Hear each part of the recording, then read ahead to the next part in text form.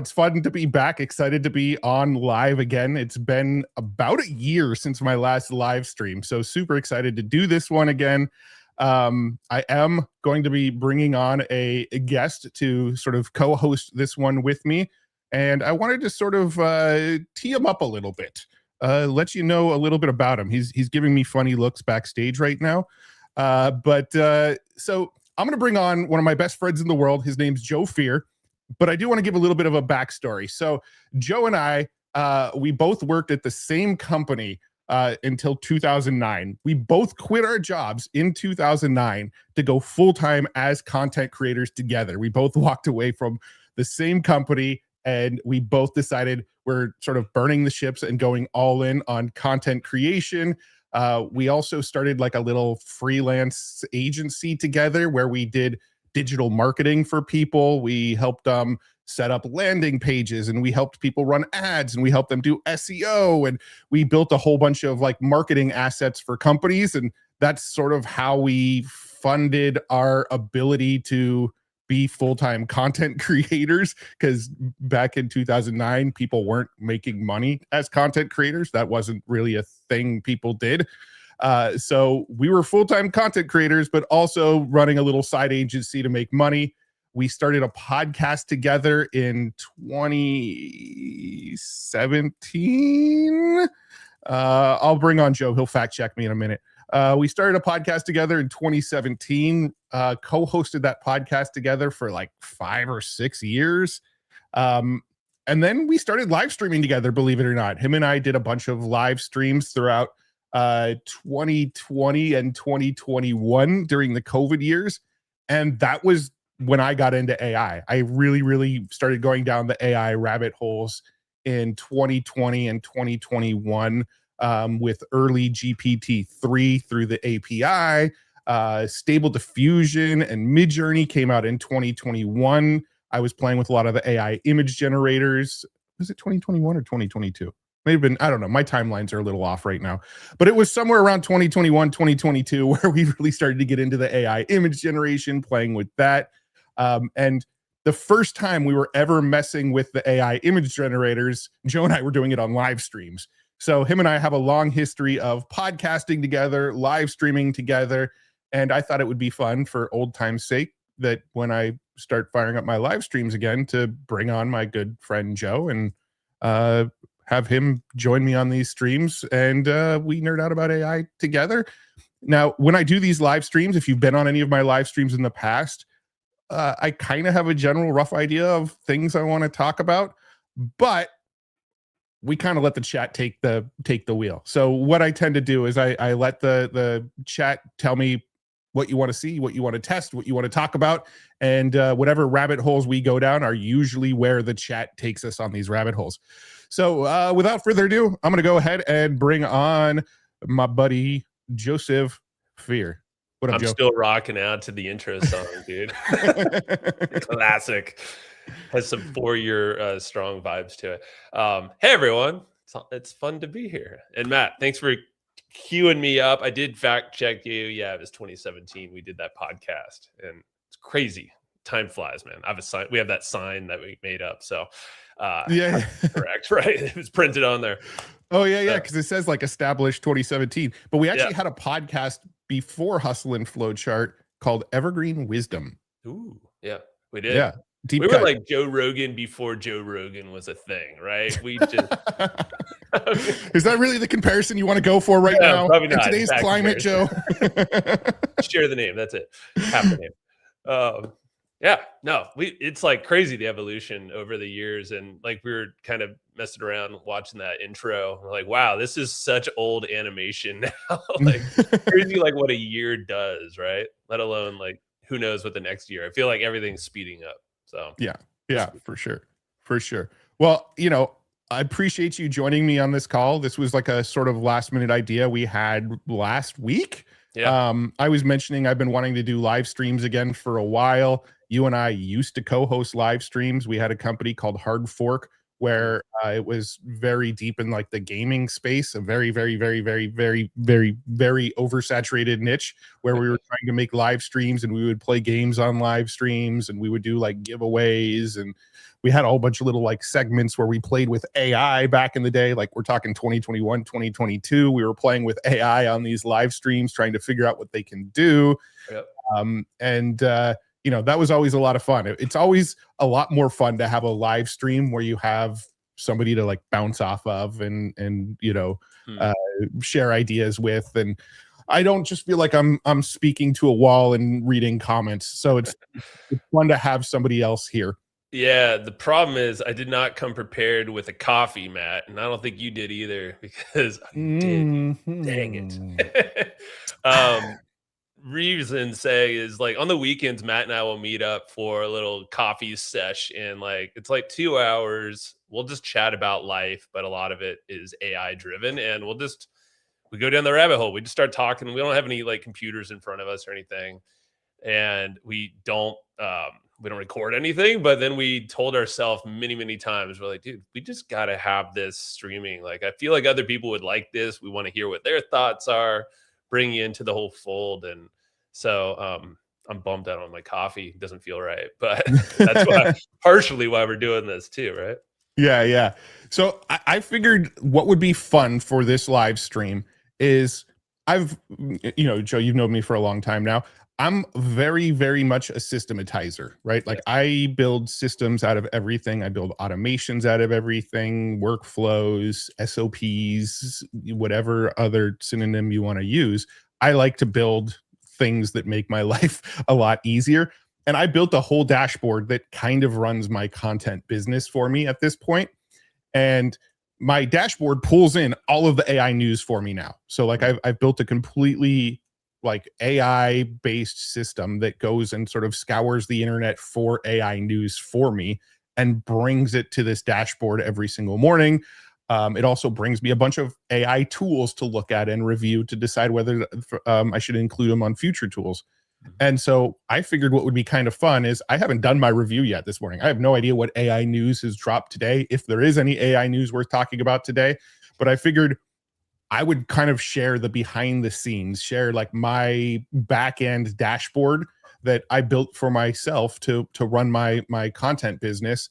And let's review the news and tools together and, you know, go down some rabbit holes. Like we're going to go down some rabbit holes based on some of the news that pops up. We're going to go down some rabbit holes based on what people talk about in the comments here.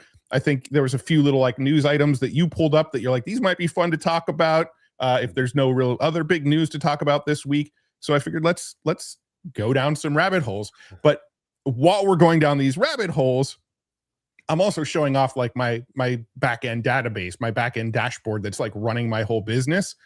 And that's important because I'm actually in the process of making a video right now that'll be coming out next week about how I built this whole dashboard. So if anybody wants to build a very similar dashboard for their own business, whether it be for content or running your business or just like, you know, making to-do lists for your day-to-day life, I'm actually going to break down the entire process of exactly how this dashboard was built. So you'll get to see the dashboard on this live stream as I go through my process and Joe and I riff and rant and go down rabbit holes. But also just know that this is a sneak peek of what I'm going to teach you how to do in a video that's coming out next week. I'm stoked for this personally because like I've known Matt for over 20 years, and Matt, you've always been the systems guy where I've always been more of, I don't know, just kind of creative, bouncing around, but not as systematized as Matt. That's why like our old podcast was Hustle and Flowchart. It was Joe was the hustler. I was the flowcharter. Yeah. But like, I think I've asked you for this exact video and breakdown for like, I don't know, ever since you started Future Tools. I know it's evolved a ton over the years too. And you've shown me like, you know, when I was at your studio there, I see that Lee loves cosmetics, definitely wants to see what tools you're using to build and everything. So I'm like, this is perfect. So yeah, behind the scenes, there we go. I mean, this is great. So I guess what was I gonna say? I was gonna say something about like just throw stuff in the comments because like I'll be reading as Matt, you're riffing. Maybe I'll like pull out some little things to have you go deeper down the rabbit hole. You know, like what we were saying, everything's like steered through the comments. I'll be checking it out, but yeah, Matt. Also want to say your mighty fine wardrobe is striking today. I love it. Yeah, yeah. That is another thing about Joe and I. Like, you know, we are very much two of the same brain. Like, we wake up and decide to put on the same outfit, and we don't live in the same house or speak to each other before we get dressed, but you know, somehow we end up dressing the same and looking the same. And yeah, it's We're sponsored by the same shirt company, right? That's what I don't know who makes your shirt. What is it? I forgot. Let's see if it's the same company. It's take it off and look at the tag, Joe. Let's see. There is no tag. That's the problem. Well, this is a true classic. That's the one. The true classic. Yeah. Way too many of them. I actually know we wear the same shirt company because one time you were just like, "Hey, I got this extra shirt. It was too big for me. Do you want it? You're fatter than me." And I was like, "Sure, I'll take your fat version." Exact words. And I never see him wear it, so I think he hated that gift. So, where do we begin, Matt? All right, so I'm going to take the comments off the screen for a little bit because I'm going to share my screen and it might just get a little too hectic. But do know we are still watching the comments. So I'm going to pull that off, and then I'm going to go ahead and we'll switch to, let's go this mode here. And so this is my backend dashboard. I have sort of teased it in some past videos. I'll give you guys a quick like tour of it because I think it's pretty cool, and I keep on adding new features to it all the time. So there's this Today tab, which is just kind of like a aggregation of all the other tabs. But then we have the AI Intel tab, which is a tab that looks at like all of these different websites for new news in the AI world. In fact, I think it actually looks at even more sites than this. If I go into my settings here, you could see here's all of the sources in here that it's like watching. So it's looking at places like Anthropic's website, OpenAI's website, Alibaba, Apple Newsroom, Black Forest Labs, ByteDance. But it's so, you know, Midjourney, Meta. It's looking at all the big tech companies, but it's also looking at, you know, VentureBeat and the Deep View and the Verge AI and TechCrunch AI and a bunch of like news outlets as well, but specifically looking for, you know, their AI news. It's not pulling in everything from TechCrunch or everything from the Verge. It's sort of filtering it and only bringing AI news into the mix, right? So that's what this AI Intel page is doing, is it's looking at all of those. If the website has an RSS feed, it's basically pulling the news from the RSS feed. If it doesn't have an RSS feed, it's watching the website sitemap. So, I mean, it's probably kind of hard to see on the screen here, but you could see like it looked at the Hugging Face website and it has an RSS feed. So it actually pulled in from the RSS. In fact, I can go like this. Yeah, there we go. You can actually see that it did pull in from the RSS here. But then OpenAI does not have an RSS feed, but it still found news on OpenAI because the backup is it uses the sitemap. Same with Stability AI. It actually uses the sitemap.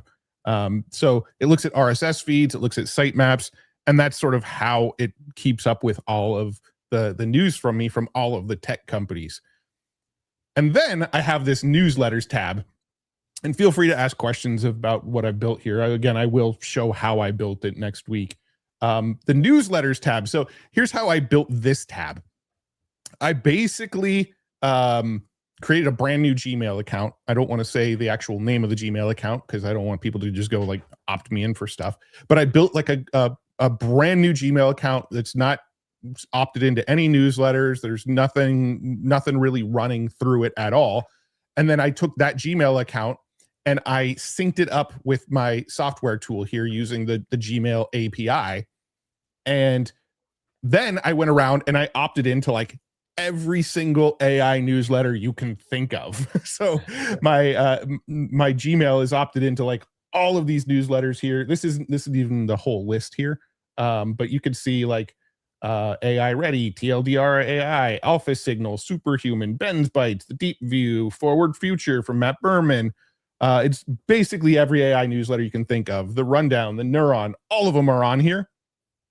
And what it actually does is it reads those newsletters every single morning, pulls out any news that's mentioned in those newsletters, and any new tools that are mentioned in any of those newsletters. So I've got a few little tabs here. One's like all of the news, one's the tools, the consensus. These are news topics that are being talked about in multiple newsletters at the same time. So these are sort of like the highest signal news that people are talking about because multiple newsletters reported on it. So I have this like pulse of all of these newsletters, and you can actually see in my inbox, I have this, so I can see like this one, for whatever reason, the processing failed. It didn't pull anything out of that one. But you can see it pulled in AI Ready and Alpha Signal and the Neuron, the Rundown, AI News, Turing Post, AI Breakfast. It read all of those newsletters for me and then, sorted them into these different buckets for me. So that's, my wave 2. I've got my AI Intel, which uses RSS and sitemaps. And then I've got my newsletters tab, which reads like every single AI newsletter that's available out there. I have my brand tab here, which doesn't look like there's anything in it today, but this is like my personal Google alerts on steroids, right? It's like, it's Google alerts, but it looks for any mention of future tools. It looks for any mentions of Matt Wolf. It looks for any mentions of Mr. Efla, which is my handle on all the social medias. It looks for any mentions of Busey Bench. It looks for any mentions of mattwolf.com. Matt R. Wolf, that's my old social media handle that I used to use like 10 years ago. It still looks out for if anybody's tagging that as well. And it brings it all into this brand page. Nothing new has come in today, but you can look at my archive here and you can see like Automation Atlas profile. Let's see if I open this tab up here, we can take a look.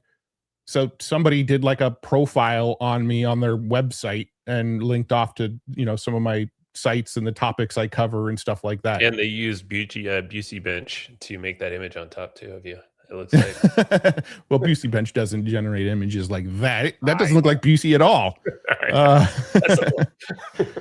We've got like teachable names Matt Wolf for an AI Academy session. Is this page even still live? Oh, IG. Oh, yeah, so I'm on a teachable. So yeah, it mentions me. So it even finds like mentions of me on Instagram from like this teachable session here. So like that's what the brand page is doing. Again, it didn't really find anything today, but that's the kind of stuff it finds.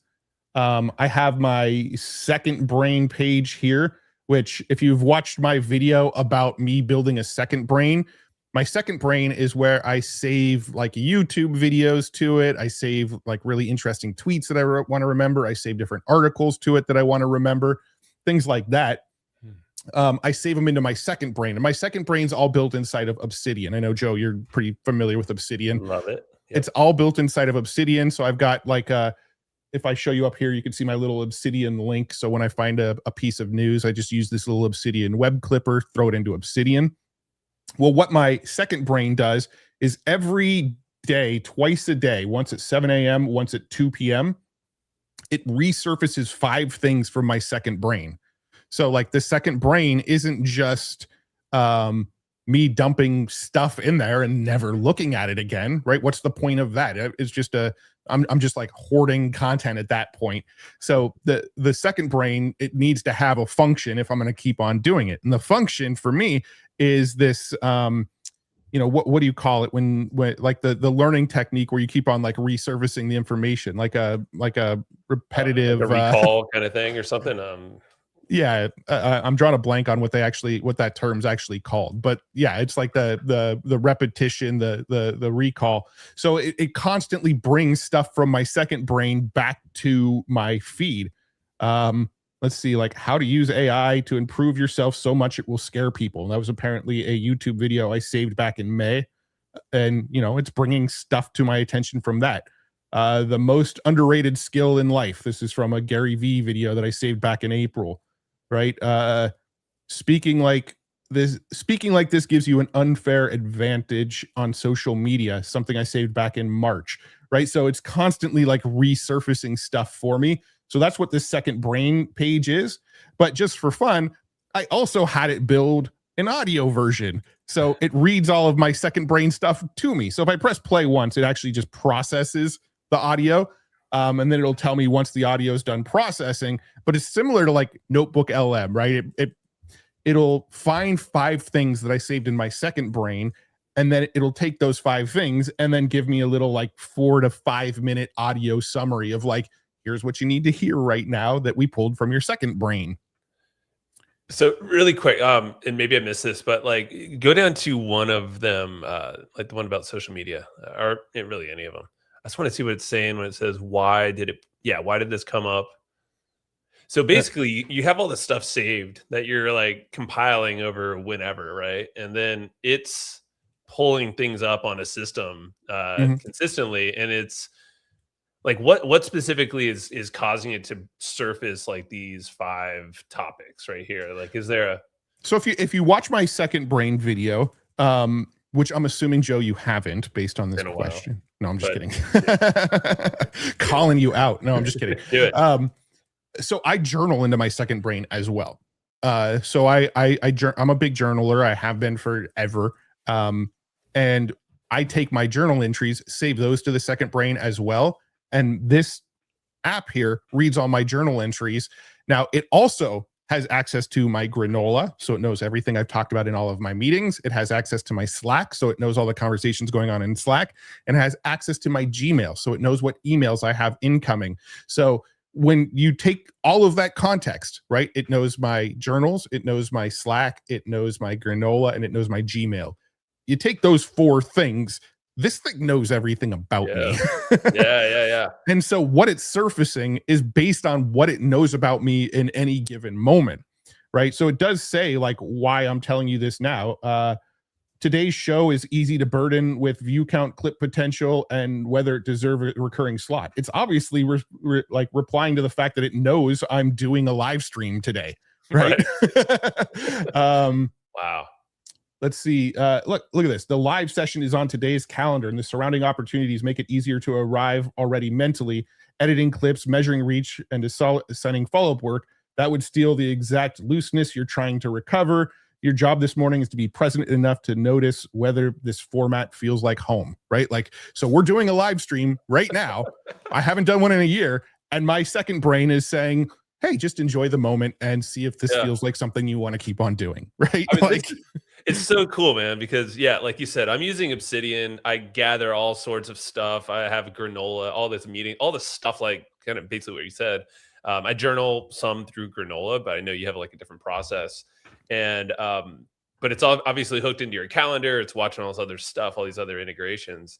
But I love the fact that it's using active recall. Thanks for the shout out. I saw someone in the chat say what we were looking for. Yeah, active recall. There you go. Yeah, it's just making it useful, because you're right. Like, you're just stashing stuff in an Obsidian vault and like literally locking it away. And it's not super easy to surface that stuff, especially when it's like intuitive like this.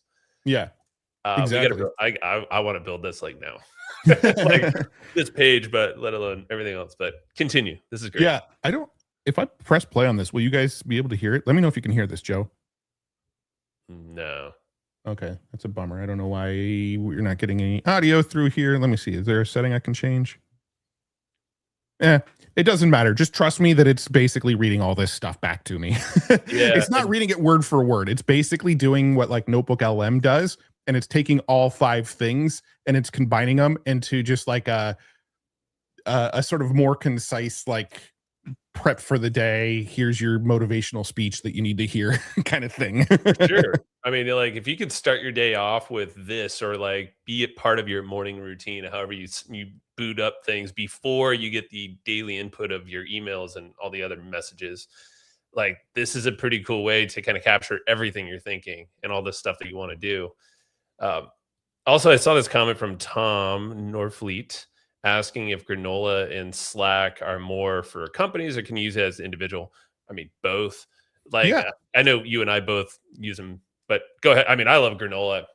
I would say that Slack is probably more for businesses, right? Like, I'm not sure what you would use it for, like just for chatting with people. If you're chatting with friends and stuff, you're probably just going to use, Messenger or text messages or even Discord or there's so many other messaging apps. I feel like Slack is more designed to kind of keep your chats organized inside of a business. As far as granola, I feel like that's just like anybody can use that. If you have calls or meetings or Zooms or anything with anybody, whether it's business or personal, It's basically like a note taker on the calls for you. Define So granola. Oh, okay. So yeah, granola.ai. Like just go there. I don't think they're not sponsoring this stream or anything. But no. yeah, literally just look it up, download it on your phone, download it on your computer. I think like Apple Watches have an app now. So the whole idea is just capture your thoughts. And like Matt, Yeah. you and I have been talking about this a lot, where it's like, if you capture your thoughts, you can then layer that in through different LLMs. You can give it to Claude or ChatGPT and work through something, organize your thoughts. Like there's a whole process there. Yeah, I mean, That Joe, can you and I, we went and got coffee, I don't know, a couple weekends ago, right?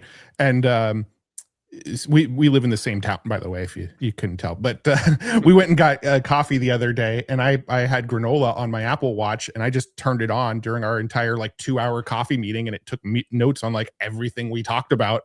And then at the end of it, I said, "Hey Joe, here's the notes from our conversation today."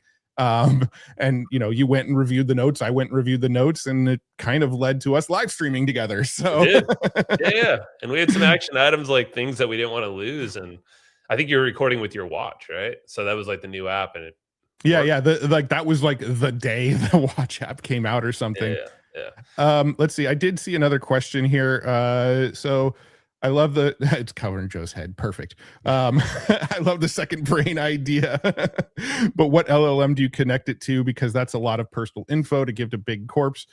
Well, I'm not too concerned. I know a lot of people have concerns about that. Yeah. I'm not somebody that worries too much about that, because I do believe it's pretty anonymized data, and when they are doing like these training runs, it's just sort of like taking all of like how we write and how people talk, and not necessarily like trying to save your personal details and information. Like that's not really what they're doing. But I do understand the concerns, and like there's definitely stuff that I probably wouldn't journal on. Like if I was going and doing any sort of illegal activities or anything like that, I'm not going to be going and journaling on those things, because who knows what sort of like Yeah. sort of like monitoring there is, right? Like they obviously have monitoring where if people are talking about hurting someone or hurting themselves, like the LLMs will actually contact the authorities and stuff like that. So there is some like element of listening. But I'd say most of the stuff I journal on and think about and talk about are mostly just my own personal like struggles with like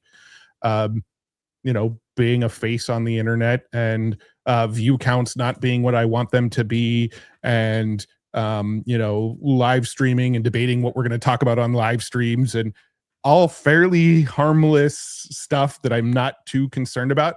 Now, saying that, I do have a DGX Spark, which is like a little mini computer that has a lot of VRAM on it. It's got 128 gigabytes of VRAM on it. So you can actually run pretty solid local models on it.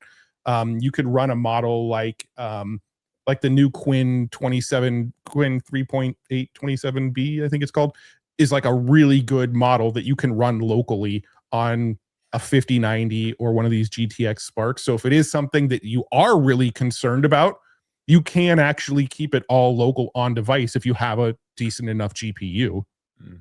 Can't you? And with Obsidian, you can also save a vault, like create a private vault if you wanted to, right? And then that can be on your local computer and never really touch an LLM if you choose to, correct?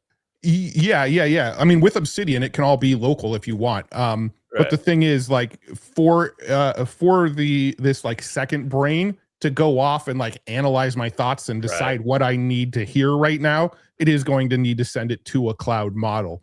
I could do that locally if I wanted to, but I just prefer to use the best models I have available to me, honestly. Yeah. I kind of like the comment of YOLO and Siri. I think I'm like, it's kind of, and as my Siri just popped up. Thanks. You said it. I did.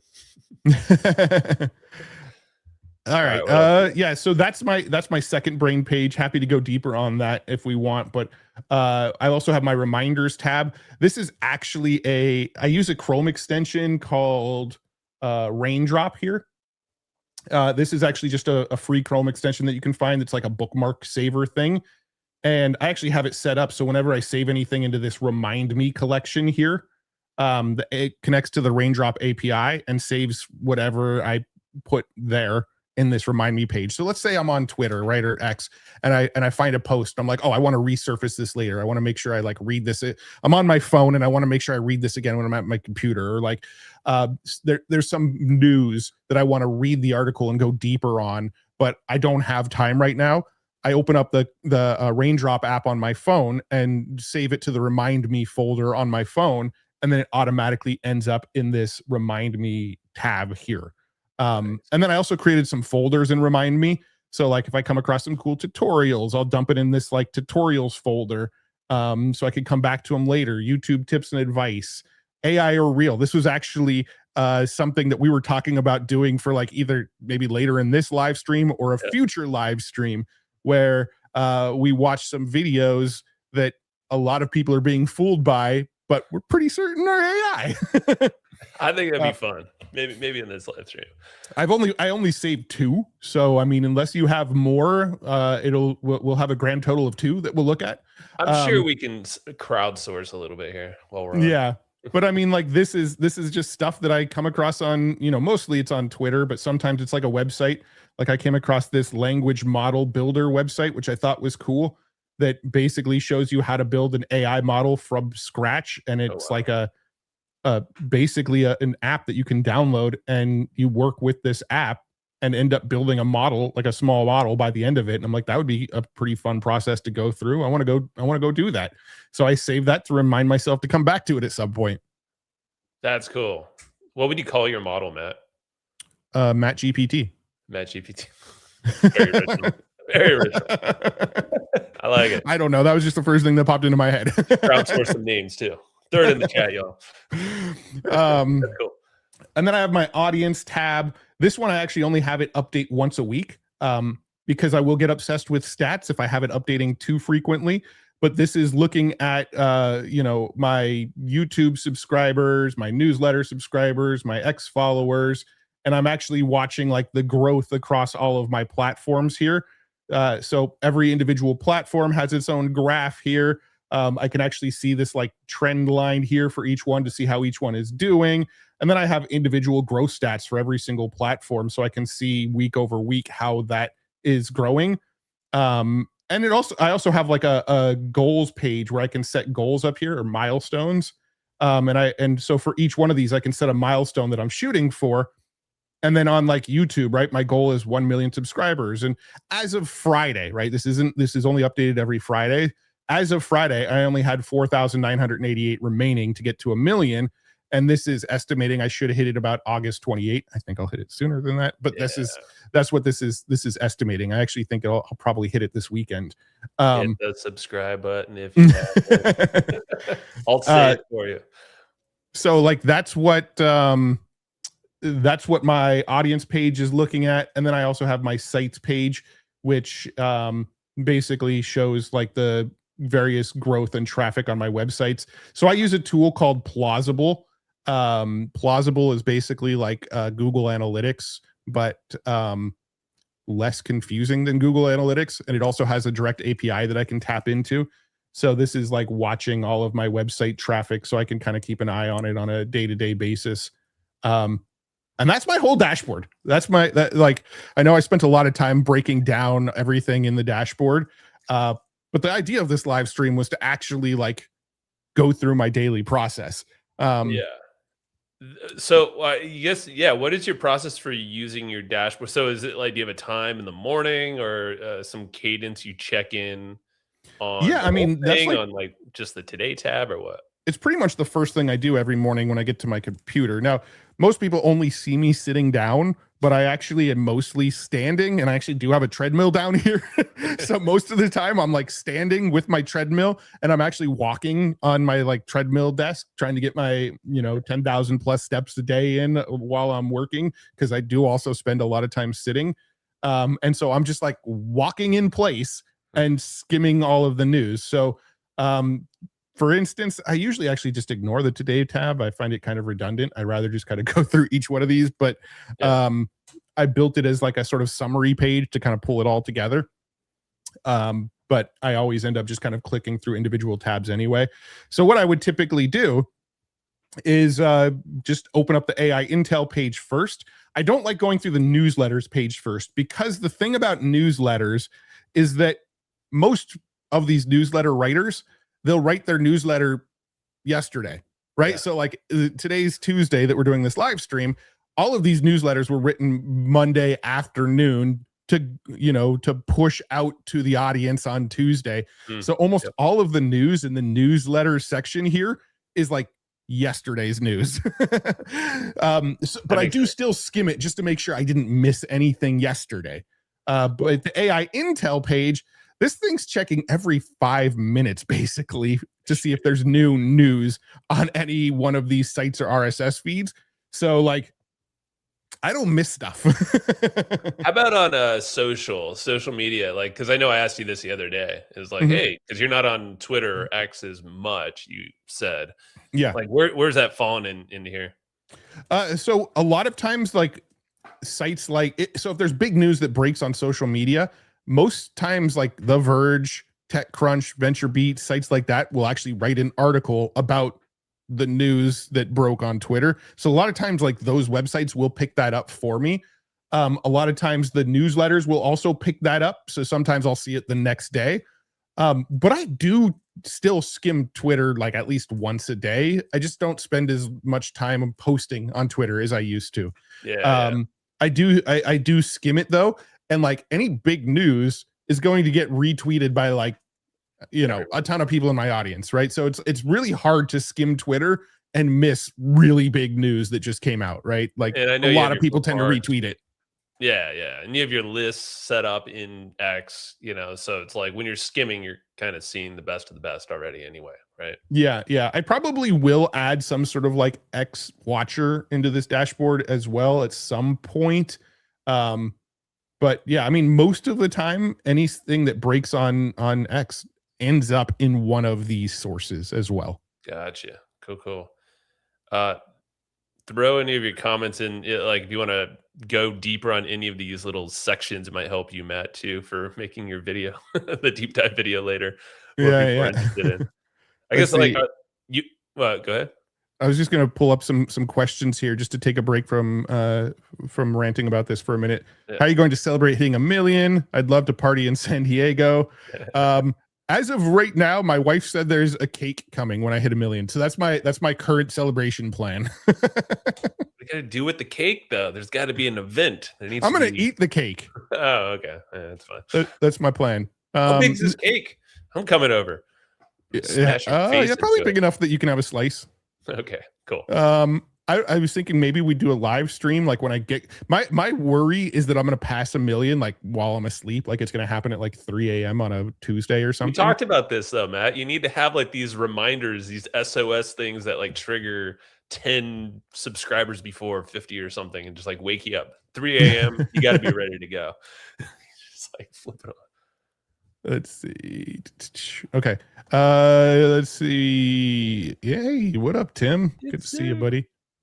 Yeah. All right. So, any other thing you want to go on to, or should we just like start like sifting through the news? Because I thought, again, I haven't gone through my actual process today. All I've done so far is like show off my dashboard, which I'm going to show how I built it next week. But, yeah, I haven't reviewed the news. Let's do the process, and I've kind of seen some of the news while like actually talking about this stuff, and it doesn't really seem like there's anything like real huge or like breaking or like, oh my gosh, this changes everything. But let's go ahead and start popping in.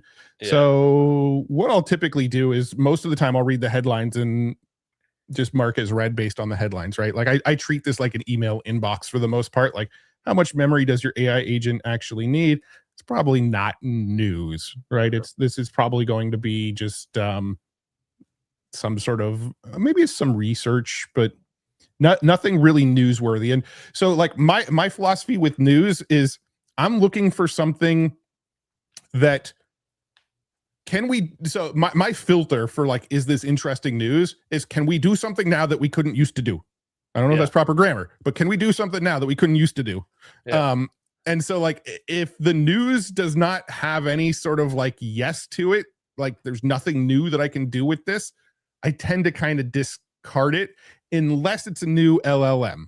Like that's the one kind of piece of news that I still kind of go, okay, I'll share this news. Although this is a LLM that's, you know, open weight and it's a smaller model and it's not as smart as other LLMs. So like we can't really do anything new other than use a new LLM. There's still a lot of people that are tracking what new LLMs are available and they want to test this one versus Quinn or this one versus Gemma or, you know, whatever. So I still shared new model announcements, but other than new model announcements, I kind of run it all through that filter of like, can I do anything now that I couldn't used to do?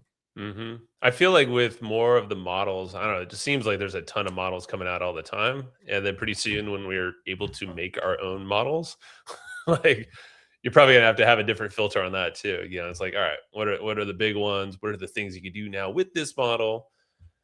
But that's for another day. Yeah, let's see here. Hey, thanks for the I forgot what they call it when they have money on it. The super chat, I think. Hey, Yeah. question please. My son wants to use AI to build a Roblox game. Any suggestion? Doesn't Roblox have AI built into it now? I think Maybe. Roblox has its own AI built into it now. So the best suggestion would probably be, let's see, Roblox. Come on. My keyboard's not typing for some reason. Yes, it does have it built into the Roblox Studio, it says. So can I share your screen? That's just Perplexity. But yes, one sec. Hold on, let me pull it up. Bam. Go for it. What do we got here? So this is the creator. Let's create.roblox.com. These are the docs, it looks like. So assistant for studio. Yeah, it has like a whole prompting guide. You can make little scenes. Access from studio. I mean, these are, let's see, what's the Tim just pointed out that your top search was Padres. mine or yours? Yours. Yeah. Oh, maybe it was mine. I don't know, but I'm sure it was. Both of ours, quite honestly. That's great. I didn't even see that. But yeah, it looks like they got it all here. Roblox Studio. What's the overview? Here we go. Get Studio. I'm not downloading it now, but there you go. Yeah, but Roblox has its own AI built into it now, so you can sort of like prompt new games and new apps into existence directly inside of Roblox. Look, you got the whole, like, there's a whole, yeah. There's a lot here. It looks fun though. Yeah, I've to this day, I have never in my life once played Roblox. I've never tried it, never been in anybody's Roblox game, never used it once. Not your kids or anything? Nope, my kids haven't even played Roblox. Dang. All right. Well, there you go. There's something there. We learned something new. Maybe hey, you've been like making games and stuff, Matt. So yeah, but I make games. Most of the games that I've been making are like 3JS and web-based games and stuff. Yeah, that's true. That's a little different. Sweet. Okay.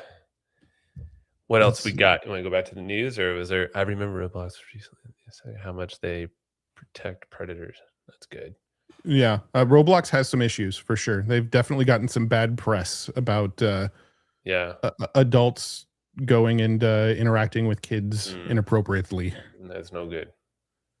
All right, let me switch back here. Cool. Okay, you can go back to putting your dirty videos on your screen. No, I'm gonna look up Padres more. All right, so yeah, going back through my news process here. So how much memory does your agent actually need? That's probably not much news there. Pacing model development, cyber capabilities. A lot of times OpenAI will like have announcements that don't look like announcements. So I'll definitely read this just because it's OpenAI to see if there's an announcement here. And so it sounds like this is basically them just talking more about slowing down the release of models after they inadvertently hacked Hugging Face and then marketed how good their model was because it can hack Hugging Face. Well, that's a whole discussion in itself, right, Matt? Like we were talking about, like, what is this thing with all the hacks happening, and then they're highlighting it as a marketing ploy. I know you talked about it in one of the news videos too. We're like, you're just seeing all these different LLMs kind of jump on that same. Yeah, well, I mean, so it's funny because like OpenAI was first, right? Like OpenAI had their model hack into Hugging Face for, what was it, like, was it Gym Bench? I forget. I can't remember the actual benchmark that it hacked, but like it hacked into this into Hugging Face to basically steal the answer key.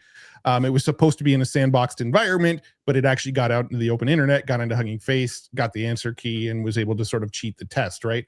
And they announced that, but their announcement sounded kind of like a cross between a like, this is scary, we need to watch out for it, but also look how good our model is. This isn't our model awesome because it can do this, right? And then like a day later or 2 days later, Anthropic was like, our model did it too, but it did it 3 times. Take that, OpenAI. Jeez. And then Meta went and released Meta Muse Spark, and they said, oh, ours also broke out of containment and hacked somebody. And then I think, was it the Kimi model? I think one of the Kimi models also, one of from China, also came out and said ours also did that. And so it's almost like one company went and committed a cyber crime, and all the other companies went and said ours commits cyber crimes too.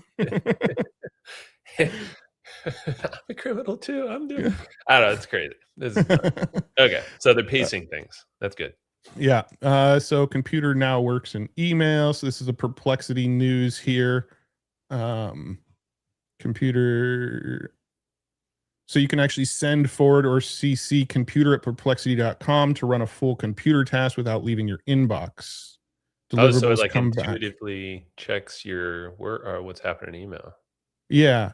Yeah. So, you have an email address that you can email. Right. And it looks like when you email this email address, like giving it a task, like, hey, go do this thing for me, it'll do that task and then reply back to the same email once that task is done. Let's see. Today we're announcing computer and email, which lets users kick off any task with the agent platform directly in email and receive the output in the same thread. So you can send a task to computer at perplexity.com, or forwarding a thread or CCing it. Computer verifies the sender, reads the full thread and any attachments, and runs the task with the sender's own connectors and permissions. It replies in the same email thread with the output deliverables like Excel models, PDFs, and decks come back as attachments. So basically, it keeps you in email doing tasks there. Yeah, because that's what we all want, right? We all want to spend more time in our inbox. Yeah. So this is something that is news that I would share on my website. So if I was going to share this on Future Tools, watch how difficult this is. I built an extension for Future Tools. That's what this little purple square is up here. I didn't design an icon for it, but I click this, and I click Add News Item. And it says Writing, Headline, and Adding. All right, added Perplexity Computer comes to email, letting users run AI tasks from the inbox. Now, if I pop on over to futuretools.io, it's already there. Perplexity Computer comes to email, letting users run AI tasks, and it already wrote a TLDR for me right there. Boom. That's how I add new news to Future Tools, just like that. I go to AI News. You can see it's actually broken out. This is, again, I haven't reviewed the news today, so this is like the only thing I've added so far today. So when you're adding, literally, this is how everything gets added to your site. Like that page is just you read news, being like, yep. Yeah, like I got a little extension that I add news item, or I add a tool. Now, when I add a tool, tools aren't added live automatically. I actually do still have a moderator. So I'll add a tool, and the tool gets added to my Future Tools backend dashboard. And then I actually have a moderator who goes and looks at the tool before publishing it live, just to make sure that the AI wrote up an accurate description of the tool. Gotcha. But you're doing the filtering, it looks like there. I still do 100% of the filtering, both news and tools on the website. Every single piece of news and every single tool that goes on Future Tools is still filtered through me. It's added by me using my extension. And I do have one team member who looks at the tools as they get added and decides whether or not they need to sort of tweak the AI's description of what the tool is. Because the tool creators often get very upset with me if I add their tool to the website and the description of what the tool actually does is incorrect. And sometimes AI writes an incorrect description of the tool. It happens less and less these days because the AI models have gotten so much better. But every once in a while, it'll just like completely out of left field just write a completely incorrect description of what the tool is. What's your model of choice for writing those, if you don't mind sharing? I believe this one's using Claude behind the scenes. It's I think it's using a Sonnet, one of the Sonnet models. Cool. I mean, you probably don't need some crazy model, but yeah. No, it's like looking at a web page, grabbing all of the text on the web page and then summarizing it down into like a paragraph. Like you don't need Fable for that. You don't need 5.6 Soul Ultra mode for that. Yeah. Cool. Okay. What else we got? So that one's on the website now. So I'll mark that as red. Ask a scientist, how can researchers use AI to predict a flood? This doesn't sound like news. El Nino is coming, Matt. El Nino. Whenever I hear El Nino, I just think of the Chris Farley skit. Chris Farley. El Nino. The Nino. Let's see. So this is not news, I don't think either. What do you do at Google? So this is like an interview that they posted the transcript of. So that's not news. Sharing a new way to work with stable audio. M dash. This title must have been written by AI. It's got an M dash in it. Reject. No, I'm just kidding. I'm sure that's just like in the the title generator for WordPress or whatever they used. So news out of Stability AI, sharing a new way to work with stable audio. Oh, good. They gave us a TLDR. Okay. We're sharing 2 new ways for you to use Stable Audio 3.0. We have a DAW, the new plugin, web app. Both are powered. Nothing too exciting here. Not a new model or anything. Just a new plugin. I mean, I'll go ahead and add it to the website. I think audio's been in the news kind of last week on some stuff, so maybe kind of interesting. Yeah, Suno's been in the news because they're starting to watermark all their audio now. Well, you have Spotify too, right? Starting to mark their stuff. Oh yeah, Spotify is too. Actually, here's an interesting question. Why not just import exactly word for word what the maker of the tool says their tool does? Well, because most of the time it's pulling in an entire website, right? So it's like thousands of words of copy often, right? So I need to condense it down into like a paragraph. And into your format, right? Like you have a very specific sizing for your site. Yeah, it has to be within a certain like word count and everything like that. Some people do submit tools as well, but I don't use what they give me when they submit tools because usually they're writing it like a sales pitch, right? So if somebody submits a tool, let's say Joe has like a podcasting AI platform, well, he might submit it and say like, this tool is the world's leading podcast AI platform. It beats out all other tools and it does this, and this, right? Like most people that go to the website and submit their tool, like the description they write is trying to sell us on the tool. And I'm trying to like have this sort of like unbiased description of what the tool is, Yeah. So that's why I do that. Let's see. Let me just check future tools. I don't double check all the time. I'm pretty confident it gets added. You can see this actually added it before this one because it looked at the time the news was released and it saw that this news came out at like 6:30 or whatever. So it actually added it based on the time the news came out, which is why on the AI news page here, you can see the news is in order that the news came out, but I do have like a little tab so you can switch this tab and it'll order it based on when I added it. So if you want to see like what news was added most recently, you can sort it by date added. But by default, it sorts it by the time the news came out. Nice.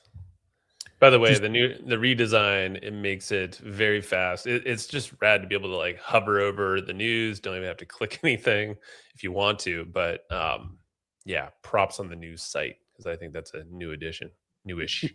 Yeah. I mean, I'm basically updating the site like, I don't know, every week there's like new features and new things I'm rolling out. Most of it's like back end stuff to make my life easier for updating it, but I am constantly rolling out new stuff. Yeah, well, there's a question from Tom Norfleet. Throw it on there, man. Is there a way to chat with your news? Not really. But... No. Something I've tried to figure out the best way to do, but the problem is like if I put on like future tools, like a chat box to like chat with all the latest news, a lot of times it'll ingest all the news, but then it'll get its like wires crossed, and it'll like report information from one news article as if it was news from another article and things like that. So it'll start to like get confused on like what parts of the news go to what other parts of the news. Something I am trying to figure out though. Yeah, that'd be pretty cool. All right, introducing ChatGPT for teens, built for learning, backed by protections. So ChatGPT for teens, an experience designed to help teens learn, think critically, deepen understanding, and use AI with confidence. Let's see. More protection for teens. Our system estimates someone is under 18, or they state their age is between 13 and 17. They automatically placed a ChatGPT for teens. So if you're like a 41-year-old man like Joe, wait, you're 41, right? Thanks for calling me out. Yes.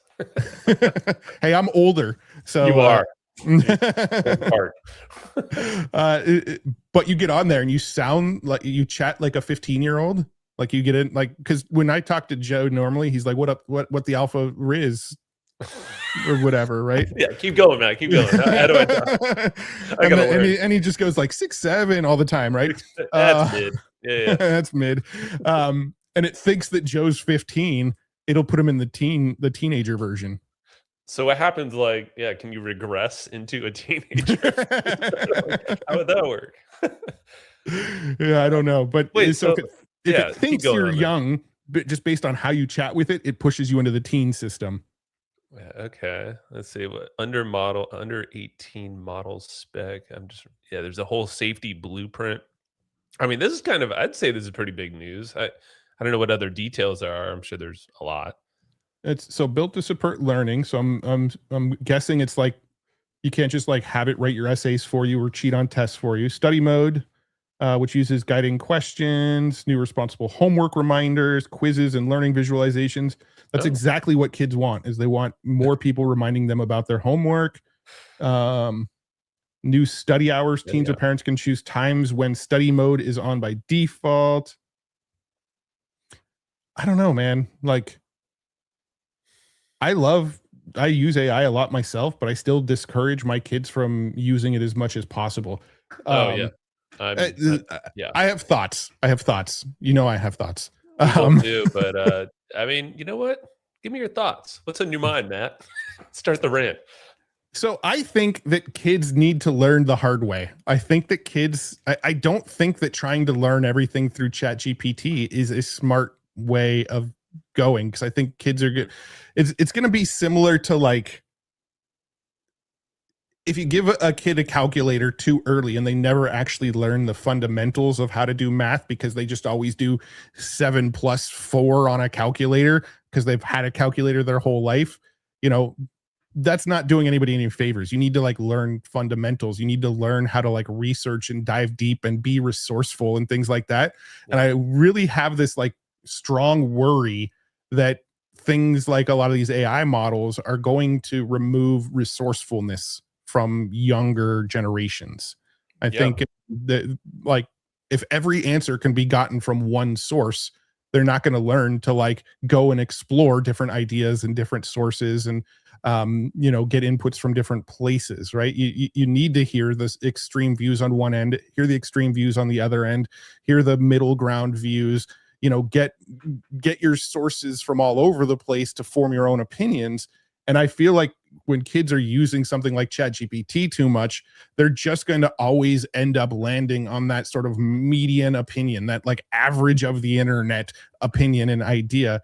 And I think kids need broader horizons to go learn. And I think ChatGPT and tools like it are going to become this crutch of like, I don't need to go explore ideas. I got one source to explore ideas. And I just don't think that's good.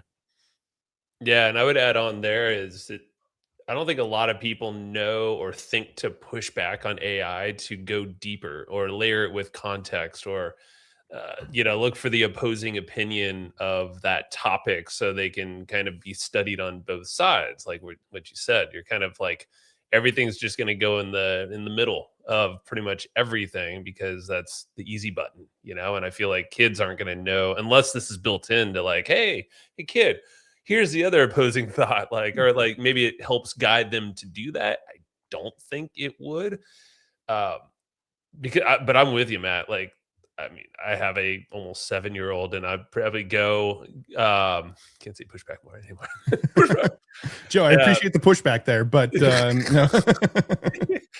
But the like, I'm choosing to not put a bunch of tech in front of my kids, and Mhm. it's for that same reason. So they have more of the intuitive skills, like they can kind of learn what they think, their creative muscle, chat with people, actually learn how to communicate, like with words and people. And I feel like the technology aspect is easier to learn, and it's just going to get easier. So like, there's obviously aspects that the earlier in there, then like, okay, you're more savvy on maybe some of how the tech works or how it's been evolving. But I don't know, I'm kind of in the camp of, yeah, keep the kids less input, and like AI, and and then introduce that later on when it makes a little bit more sense. I mean, I I do think like a kids team to not like, hey, chat GPT for toddlers. I'm like, oh god, like how far, where's the line go? I think kids need to learn through struggle. And I think taking the struggle away is doing a big disservice to children. I think, when it comes to learning something, I want my kids to have to struggle through a book that's kind of tough to read to get to the information that they're trying to get out of the book, as opposed to getting a summary on ChatGPT. When it comes to learning complex physics concepts or whatever, like Yeah. I want them to experiment with physics in the real world versus asking ChatGPT to show them a visual model of it. Like I think the struggle is important to sort of like bake it into your brain more. The Mhm. struggle is important to make sure that you retain it in the future. If you have a question and you go ask ChatGPT and ChatGPT gives you the response and you read it, you go, okay, cool, I know the answer now. You're probably a lot less likely to retain that information than if you actually struggled to getting that result. You actually did deep dive research. You had conversations with people. You tested something in the real world and found the result that way. That's going to like solidify in your brain more than ChatGPT just giving you an answer. Yeah. I guess like my brain's going to like, okay, like it does democratize knowledge, but there's that slippery slope of how is that used? So it's, I think, guardrails, pushing back on things. Yeah, there's, Hmm. I don't know. This is evolving. It kind of reminds me of like how Google in the Chromebooks, like I think they cut some deals with all of the states or the districts, and like Yeah. got a deal to basically put Chromebooks in every freaking school. And I think that starts at like first grade. I mean, it starts like young. Let's just say OpenAI ain't going to do the same kind of push into the school systems to get that kind of, basically everywhere. Yeah. Um, Yeah. Well, I we'll mean, see. I know I've gone off on this rant before. I don't know if I've ever done it on recording though. Ooh, But when it comes to when it comes to AI models, even right, early days when you and I were playing with these in 2021 and 2022, right? Like we're playing more with like the language models, the text generation models in mhm, 2021. We were using it for like copywriting reasons for email. We even did a podcast together back in 2021 where we had AI interview us, and yeah, AI wrote all of the questions that you and I answered on the podcast episode. that was pretty fun. Uh, That's cool. yeah.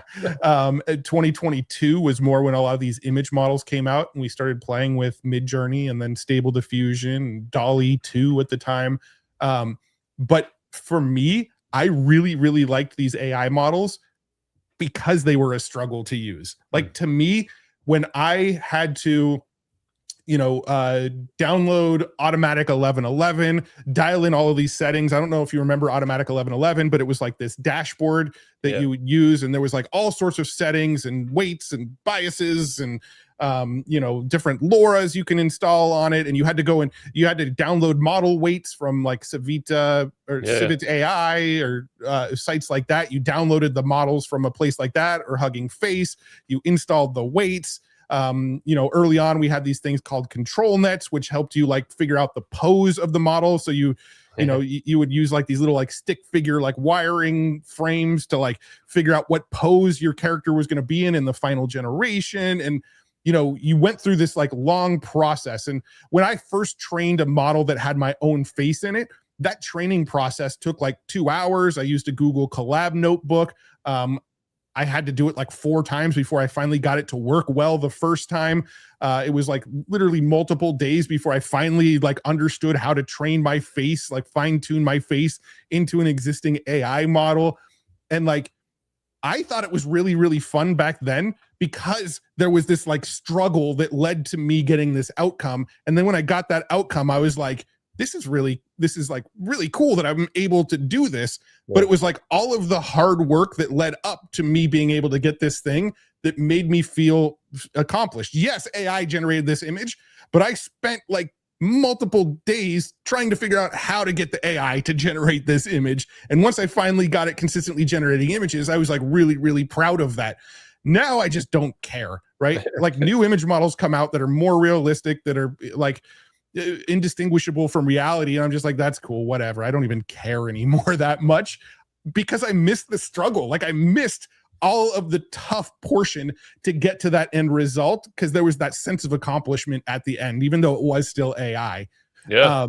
And like, I feel like that struggle always ends. And then like, if you get the outcome you're going for after struggle, you feel way more accomplished than going to Nano Banana and saying, give me a monkey on roller skates smacking Donald Trump in a clown suit or whatever, right? Like I can get that image now and I don't even care anymore that I know I can make that image now. You know? Yeah, I mean, you can generate 5 at one time, and just keep hitting refresh, basically. It's too fast.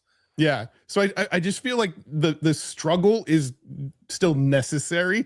And I think kids growing up with AI and being AI native and just like always having it around could potentially rob them of the struggle that leads to the leads to the satisfaction at the end, I guess. Yeah. And yes, Tim, you're right. My my YouTube icon, my icon on X, all of that was my original Stable Diffusion. What model was that? Stable Diffusion 1.4, I believe, generated that image, and it was fine-tuned on my face, and I still use that because I was so proud that I figured out how to do that back in the day, like 5 years ago. So it's still my thumbnail. And it's also become recognizable. I think if I changed it, people would be like, I would lose, I'd lose some CTR because people wouldn't recognize me anymore. It would not help you get to 1 million subscribers. Okay, I'm done ranting about this. Let's see. I added it to the news page, right? Oh, you have some thoughts. Who? Me? You. Oh, I think I put them in there. Did you say moving on or hold on? I keep thinking, I'm like, is this fight futile? Is this debate futile? I feel like AI is just going to be everywhere and in our brains eventually. But, I think for now, I don't know. Yeah, we'll see. There's a little bit of a divide here, Yeah. I mean, eventually we'll just have like the brain computer interfaces, the BCIs, just wired straight in with ChatGPT built in. So then like you don't need to like recall anything because the recall will just be built into the little chip, and we don't have to get on that rabbit hole. Yeah, well, that'll be 2 years from now. We'll do a stream about that then. Yeah. All right, moving on. All right, another OpenAI announcement here, partnering with Code AI. I usually don't care about partnership announcements. I'd usually just let's see, a signature partnership to give students and educators access to tools and resources that will help them learn how to use and benefit from AI. Yeah, I'll share it, but I don't really think there's much here to talk about. This one also came out at like 4 a.m. this morning. How do you know that? Because my control tower tells me right here. Oh, it said it right there. I got you. Control tower. Alibaba releases AI music generation model Happy Shrimp 1.0. 1.0, let's do it. Beta test. That looks interesting. Let's generate some stuff. Yeah, but you can't hear the audio. We already tried. Dang. How do we do that? How do we fix that? Hold on. Let me try something. I'm going to stop sharing my screen real quick. I'm going to send it to this window. Stop sharing my screen. Stop screen. Present. Share screen. entire screen. Also share audio screen. Okay, I think I might have it working now. Let me. I like this one Happy better. Shrimp. This might be the best name, or the most. You like it better than Nano Banana? It's similar. I don't know. I like Happy Shrimp. Gives me. See, when did this news come out? It came out at 3:40 a.m. today. I like to post when the news came out, so it's in the order that it was actually released. Hey, our buddy Damian Rufus is here. What up, Damian? We were literally just talking about Damian like 2 days ago. We were like, remember that one time we were all on the scooters in downtown and we all were in an elevator together and we all shoved our scooters into the elevator?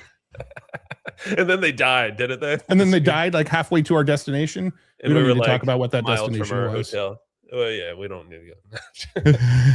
Good to see you, Damian. All right, let me know if you can hear this.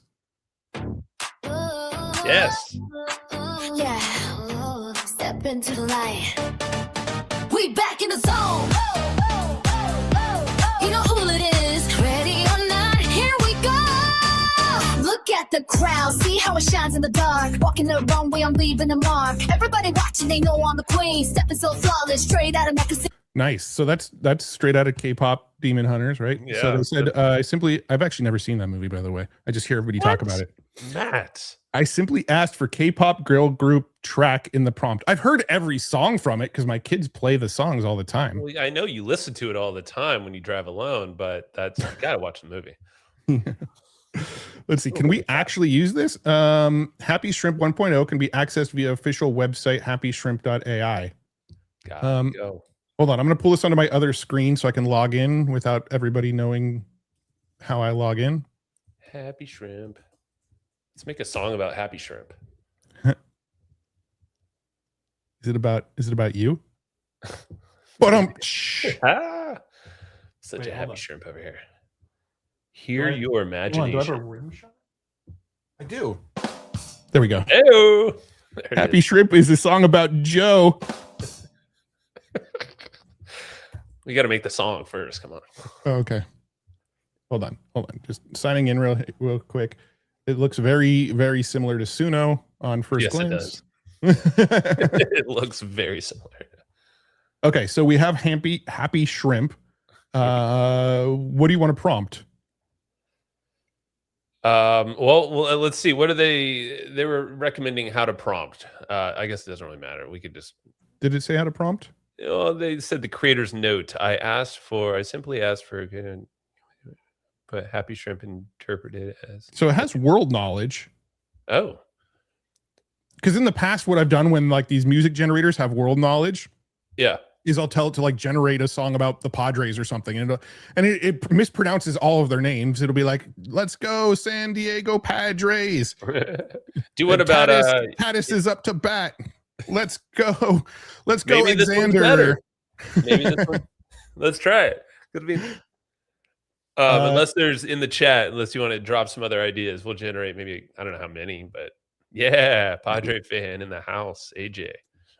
You know, it's funny. Joe and I were at a Padre game last week. Yes. And we were briefly on TV for like literally like 7 seconds of the game.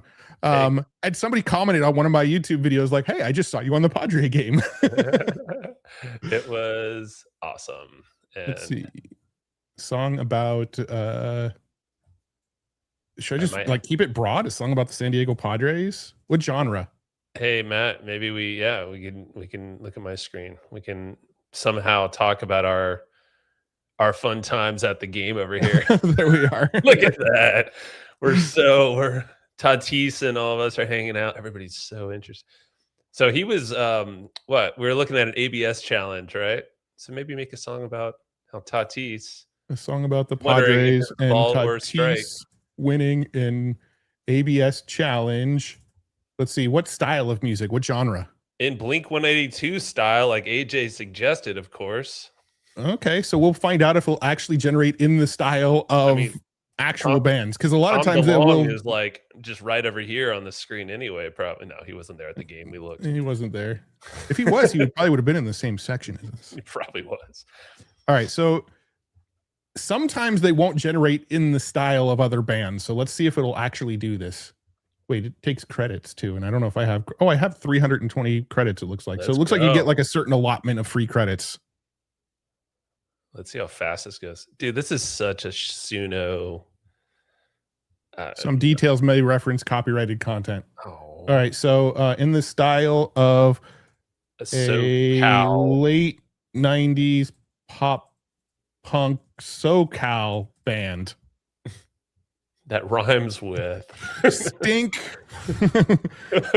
190 poo. yeah, like I don't know. hey, it worked though. Mm. No. So it wasn't the Padres or Tatis winning the ABS challenge. This is funny. A song about the San Diego Padres and Tatis winning an ABS challenge in the style of a late 90s pop punk SoCal band. Okay. It does say it'll take about 2 minutes. Yeah, So let's see what other news we got and we'll circle back. Yep. Scaling Gen AI globally with Alibaba Cloud. Boring. Hands-on lab building autonomous code optimizing agents. So this is like more of like a how-to, not an announcement. Hands-on blog how to build a modular code optimizing agent. Not interested in that right now. Operation Blue Skies, reducing aviation climate impact with AI. What do we got here? Different. We're partnering with the UK government and aviation leaders to use AI to help airlines avoid contrails over the North Atlantic, reducing aviation's climate impact at airspace scale. How would that work? How do they reduce contrails with AI? Let's see. Let's see. These are clouds created when water vapor condenses around soot particles and jet exhaust. I thought that was them just like dumping chemicals on all of Chemtrails? Is that weird? Hey, we're not we're not. Yeah.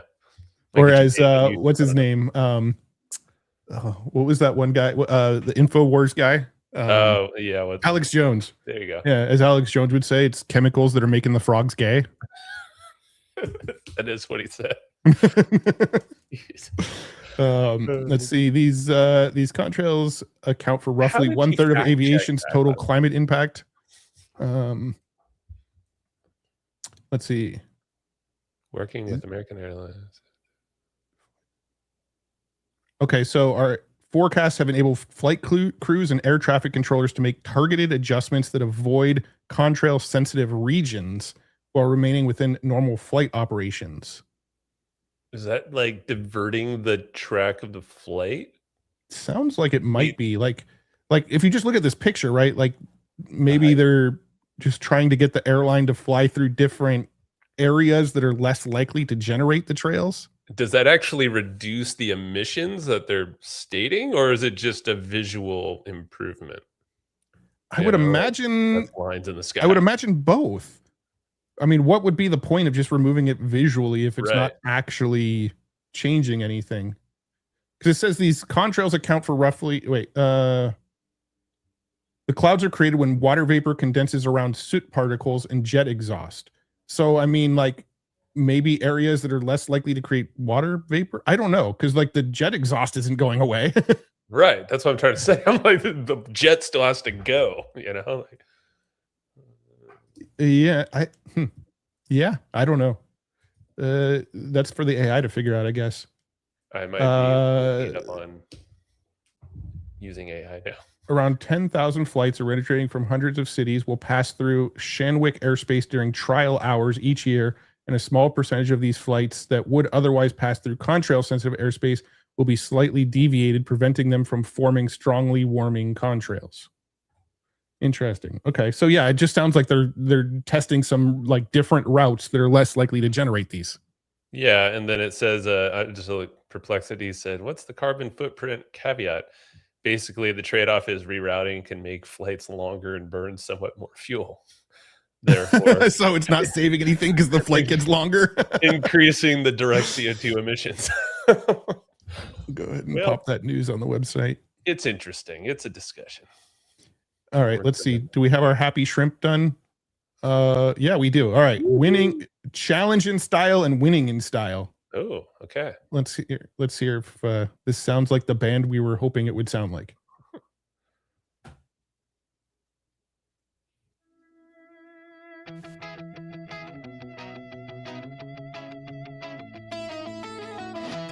Not really. No.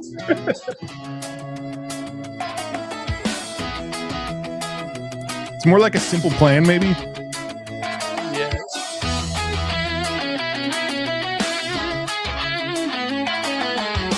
Friday night beneath the coast aglow, brown and gold are moving down the road.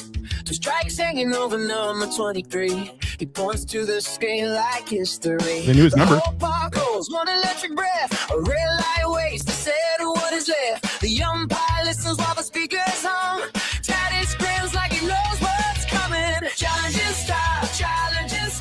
Taddy turns a doubt into a smile. Challenging stars. Safe at the plate and the whole town go wild. Puppets rise under Friday lights. Puppets swirl through summer nights. Challenging stars.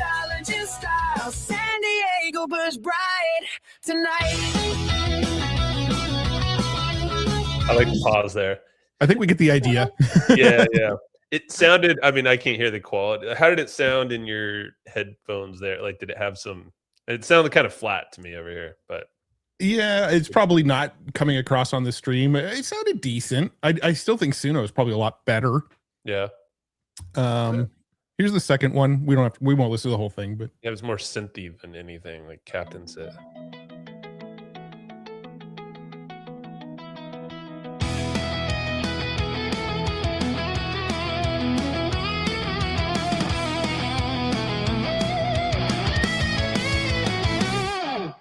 Bottom of the inning and the tension is tight.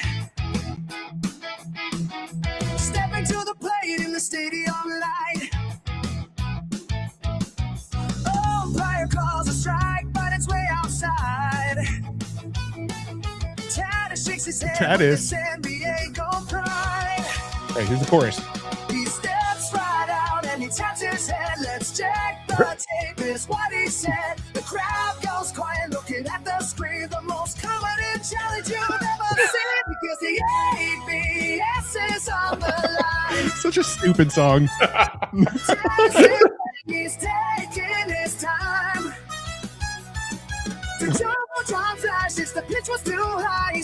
Okay, I hate it, but Yeah, it sucks. I hate it so much. It said that Tatis was very confident. He actually looked very not confident when he challenged that. I remember. Yeah, I think they called him Tatis. Tatis. Yeah. Well, The song is so bad though. Like, it's just not a good song. It literally sounds like every garage pop punk band from like the early 2000s. Like, yeah. just like the average of them all. Like, just Yeah. no like anything interesting about it whatsoever. Yeah, it's like everything's the average. Life's gonna get boring if everything's just average. If we're listening to average music, talking to average, like we got to rise against I don't know. Rise Against, they're a good band too. Yeah, but I like it needs it needs more Nickelback influences. They're awesome. That would fix it, right? Yeah. I mean, it's a music generator. Like Suno's still better for sure, but Suno is getting some flack because they're starting to watermark their stuff now, and they're limiting how many you can download. You can only download, if you're on their cheaper plan, you can only download 20 a month. I think if you're on their higher end plan, you can download up to 60 a month. And people aren't happy about that. I don't know. I don't personally tend to listen to AI generated music. That's not to say like there's not like an AI generated song that I wouldn't just think was like a banger that I really love. But for the most part, there's really nothing that I've come across from like, yeah, I would listen to this all the time. Didn't you, Matt, didn't you have an artist, or you put some on Spotify? I thought that was about. I did. Yeah. I made a video just trying to see how hard it would be to like create a AI band and put them on Spotify. They're called Nork, N-O-R-K. Yeah. And it's a bunch of like pop punk songs, but they're about video games. So like there's songs about like Zelda and songs about what other Hollow Knight and just various video games and stuff. Grand Theft Auto, I think I made a song about. Nice. I just wanted to see how hard it was, and I'm not even like proud that they exist. It was more just kind of like, how difficult is it to make an AI song and get it on Spotify? I like how you said they too. Like they had, and like it's a group of Nork. Yeah, it's a pop punk band. Okay. I like it. That's Nork. Is that Nork? Is this isn't you? No, that's not Nork. I don't have 4,000 monthly listeners. I know. I was like, dude. It's like you may. I don't know which. Is this yours? No, I don't think I so. don't know. It might have even gotten taken down. Yeah, that's fine. We don't need to go on the Nork hunt. Nork. Hold on. Let's Wait, just see. here we go. Do you recognize your? No, the image is very clearly AI generated. Okay, artist. There we go. It's the third one over. This guy. Yeah. So it's a trio. 1 monthly listener, and you're it. Love it. It's not me. Not it. That's good. Look at that. Popular releases. Fading Yeah, popular fire. releases. All one of my fans think these are the most popular songs. I love it. Look at that. Look at those stats, everybody. 41 followers. All Don't right. be jealous, Joe. Don't be jealous. All right. What other news, Mr. Matt? What do we got? All right, so let's get rid of Happy Shrimp. Yeah. All right, so we looked at this one, Operation Blue Skies. OpenAI launches a safer ChatGPT for teens. So this is just TechCrunch reporting on the same thing. So, yep. And you always Snowflake. go for the source, of course, as best you can, right? Yeah. I always try to go for the first party source if I can. Mm-hmm. Sometimes like TechCrunch or The Verge or one of those sites is like the only site reporting on something, and like there is no news on the main site. Yeah, most of the times I'm going for the first party. Snowflake targets AI costs with model routing. OpenAI institutes new safeguards after Hugging Face breach. I don't really talk about valuation news. To me, that's just like not interesting. I don't really totally care who raised money. I mean, I care who raised money and at what valuations because I do a little bit of investing here and there, but like it's not something I'm interested in sharing in my content, you know? Mm-hmm. Makes sense. Why Apple's camera-equipped AirPods may not be the pervert pods consumers fear. Jeez. The funny thing is, like, TechCrunch has turned into like such an anti-AI sort of platform. Really? Like, well, I mean, I guess it depends on the writers. Not all the writers are anti-AI, but like, this is a very loaded title, right? Like, they're implying that Apple was working on pervert pods. For sure. Yeah, no, that's. But they're not cameras that are going to be like recording everything. They're cameras, like, they're not recording and saving the recording. It's just cameras that know the context of what's going on around you, from what I understand. Like they should know if like somebody's walking up behind you because they can see, but they're not recording everything and saving it to a cloud or saving it to your phone. They're not like meta glasses that are designed to be recording what you're seeing. They're designed so that they have an idea of what's going on in the environment around you. Do we have? Oh, here we go. I was looking for like, what's it actually look like the footage, and I found it here. I don't know if there's any official footage, but let's see. That's the one that I was looking at too. But I don't think this is actually from Apple, is it? Don't think so. See something you like? Just ask me to save it for later. I don't know if that's real or not, though. Blur, yeah, it's With hard. visual intelligence, your world becomes savable. Yeah. See something you like? Just ask me to save it for later. No, I don't know how trustworthy this is. I don't think that's it. He's wearing the AirPods. Yeah, but I mean, they don't look any different. Maybe is this? No, that's just like the speaker for like noise canceling, right? Right. Are they out? Are they actually released? No. Oh, okay. Yeah, I doubt they're. My crazy camera and IR sensor. No, I don't think this is real footage of anything. If I had to guess, I can't be sure, but I don't. Yeah, I think you're right. But yeah, they're not really, from my understanding, they're not designed to be just like recording your environment. Like they're not like the Meta glasses where you just go, hey, Meta, take a picture of this or start filming or whatever. They're just kind of like, they have an understanding of what's going on around you to help you in that environment, right? Like imagine earpods that you could put in, and let's say you're blind or something, or you have a real hard time seeing. They might be able to like see your environment and tell you like, hey, you're approaching a step, things like that. I kind of think is more of the bigger idea. Yeah, I mean, in theory, sounds interesting. Yeah, like I guess I want to learn more about it. Yeah, the Meta glasses. I mean, now, yeah, they're getting pushed everywhere. Yeah, Target's pushing Meta glasses now. I mean, Yeah. I've seen them there. Yeah. I mean, I have 2 pairs of them and I never wear them either, just because I know there's more and more like backlash around them. My sister was telling me she saw somebody wearing a shirt that had a QR code on it. And if the Meta glasses scan the QR code, it like puts a virus inside the Meta glasses or something. And like people are starting to wear shirts that have QR codes that can like sabotage your glasses. I don't know if it's true. My sister can, she could be watching. Hi, Lauren. But she told me that she saw something like that. And also, like she said, she's been seeing shirts online. Like, I don't think she's seen them in person, but she saw shirts online that say like, I don't consent to you recording me.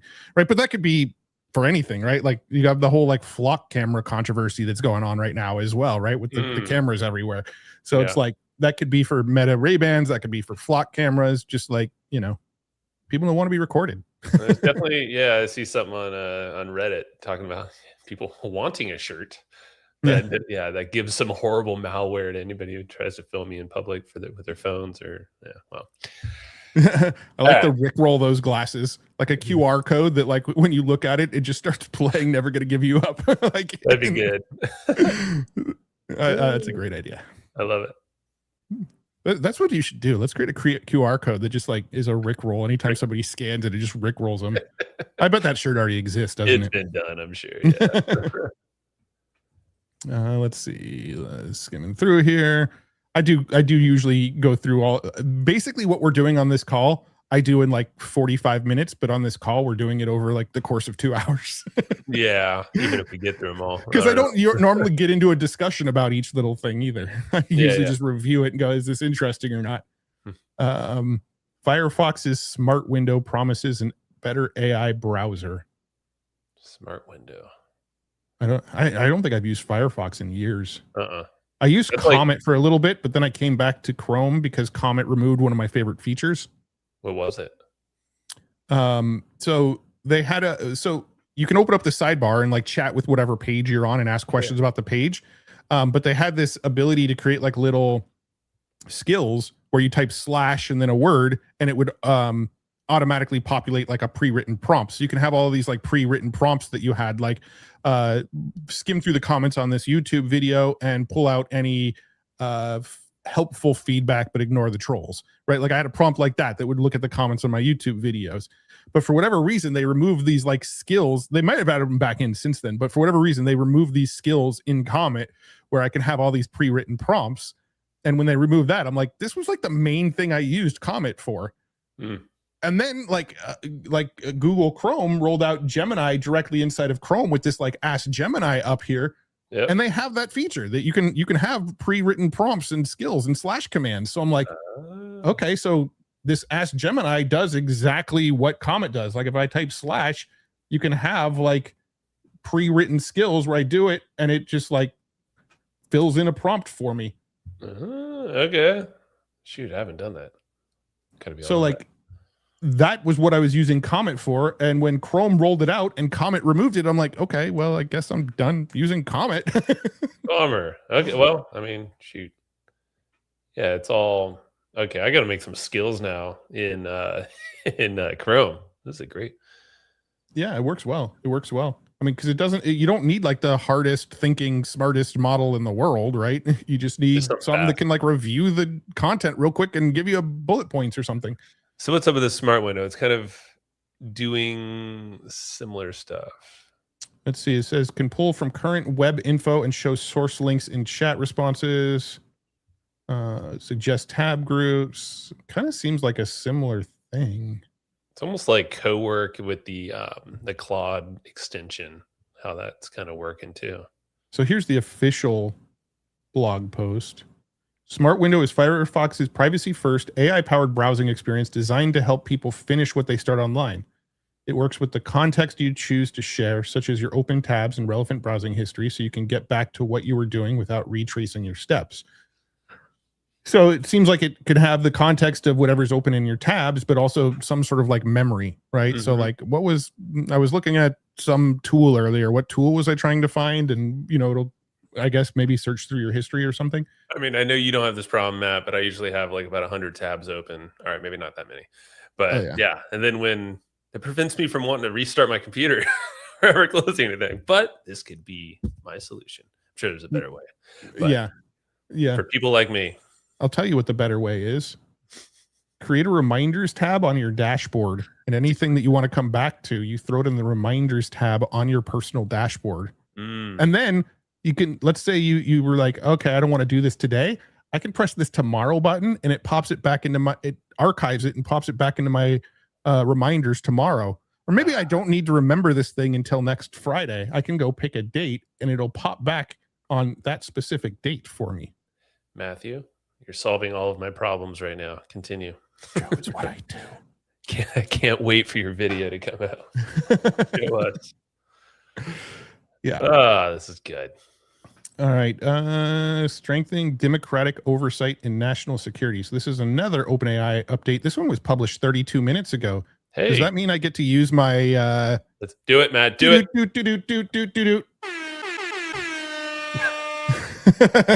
We were waiting. We were waiting for something to drop. I don't. It's like the lamest freaking headline too. Strengthening democratic oversight in Yeah, I've been waiting to use my little breaking news ticker. Strengthening democratic oversight in national security. OpenAI is launching a new initiative to help democratic oversight bodies develop the expertise and tools they need to understand and oversee government use of AI for national security. I mean, I almost fell asleep halfway through that paragraph. Let's keep honking your horns. That's how you can get through this. Let's see. Government institutions already have established authorities and responsibility for overseeing national securities. When AI contributes to those activities, oversight may need to evolve. Traditional oversight is labor intensive and becomes nearly impossible when small teams using paper era methods are asked to review systems operating at machine speed. Yes. What will OpenAI do? We'll work with authorized officials. We'll provide millions in training. We'll work with oversight institutions. Okay. I'll add it as news, I guess. Just because we broke the news that everybody was waiting for. Yeah, we need better breaking news. Yeah. All right. Tap into the power of Gemini in Chrome on Android. Tap into the power of Gemini in Chrome. Okay. So now it's on your phone. Yeah. Well, if you're on an Android. On an Android, yeah. So Gemini in Chrome, your browsing assistant, is now available to all Android users. So basically, I think, so it summarizes long articles, answers questions about the pages, and connects to your favorite Google apps, including. So it's basically this Ask Gemini kind of thing I was just looking at. Yeah. But now on the mobile version. I'm surprised it wasn't on there before with an Android phone. But hey, if you have an Android, now you're more powerful. Now you're godlike. Godlike power now. Is it on the iPhone version already, or is it coming to iPhone? Good call. Wait, so is this on Chrome? Where is my phone? And it's only for AI Pro and Ultra subscribers, so you got to pay Google to get it.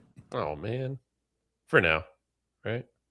Oh wait, can now also take advantage of agentic capabilities with auto browse. So I think you do get it even on the free version, but there's agentic auto browse stuff. Maybe I'm late to the game, but what is auto browse?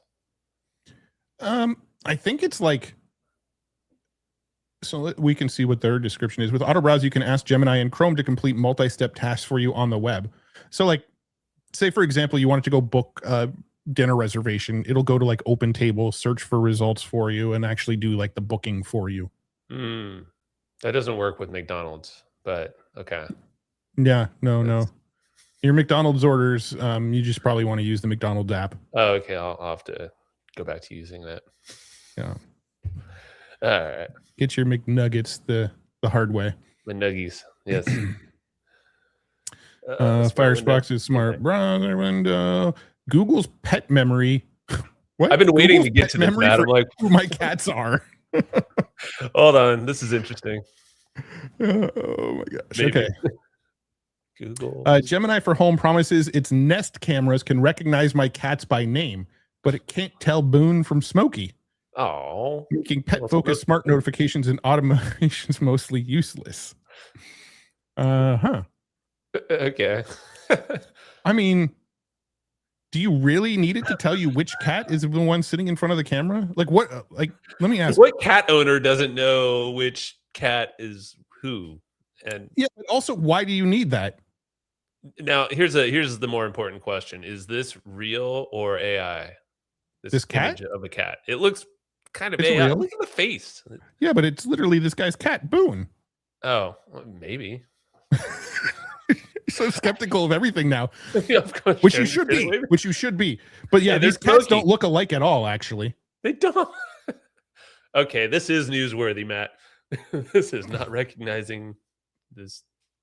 yeah. But I guess my question is like, why do you need it to tell you what the name of the cat is that's in front of your camera? Like, well, I'm just trying to figure out what the actual use case is. Unless it's like, you know, it wants to notify you like, hey, this cat is pooping on your floor in front of the camera. Absolutely. Yeah. This one's scratching your Smokies over there. Yeah. Taking a hot You're trip on a your cat sofa. dad. I'm not. So you tell me, is this interesting? My cat would never do this. I don't need to watch his every move. He just sleeps. He's not in here right now. But yes, he's somewhere.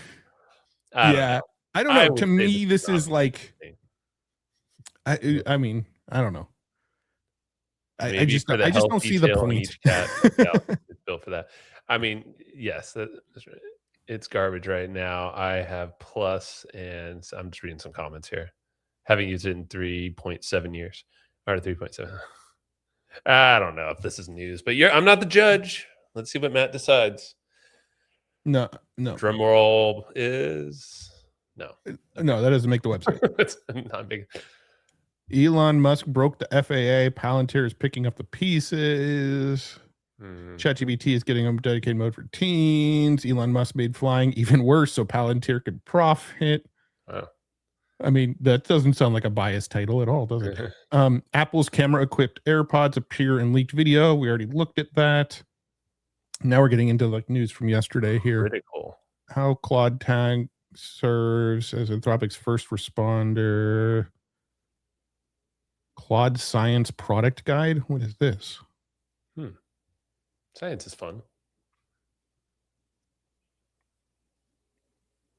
Life science turning point. Yeah, adoption journeys. Deloitte 78% of biopharma medtech leaders expect AI to play a central role in driving major change this year. Have you published? Because they've made guides for other things. I don't typically post the guides as news. No. Right. Multi-vector late interaction embedding models with sentence transformers. A2A joins Agentic AI Foundation.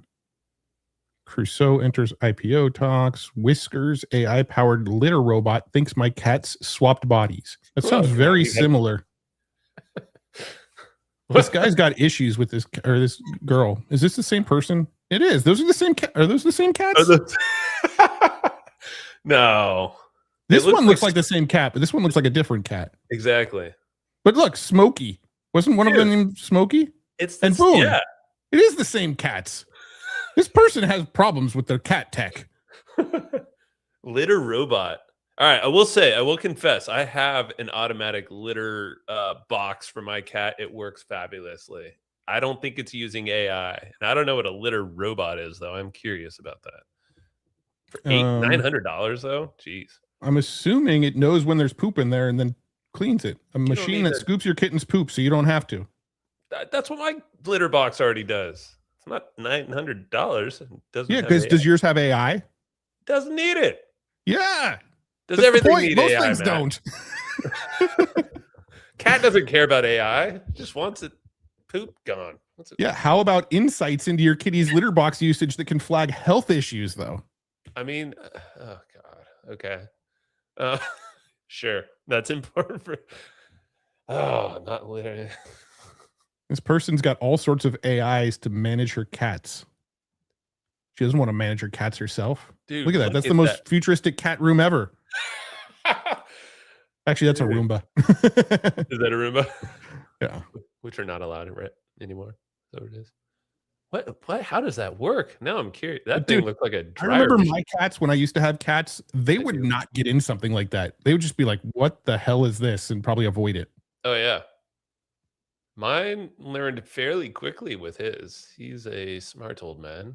But And it kind of looks like a washing machine. So what if they like mistake it and accidentally jump in the washing machine? oh, scroll down. This one even is next to a washing machine.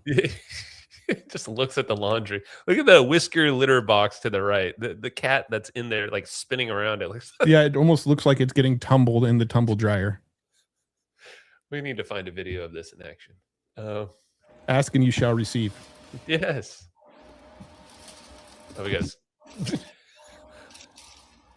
But see, this is ruining cats forever because they love. Look at that. That's funny.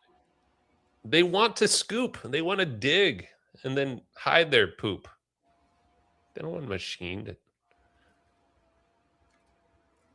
This cat is pissed, Matt. Do you see its ears? No, the cat just pissed.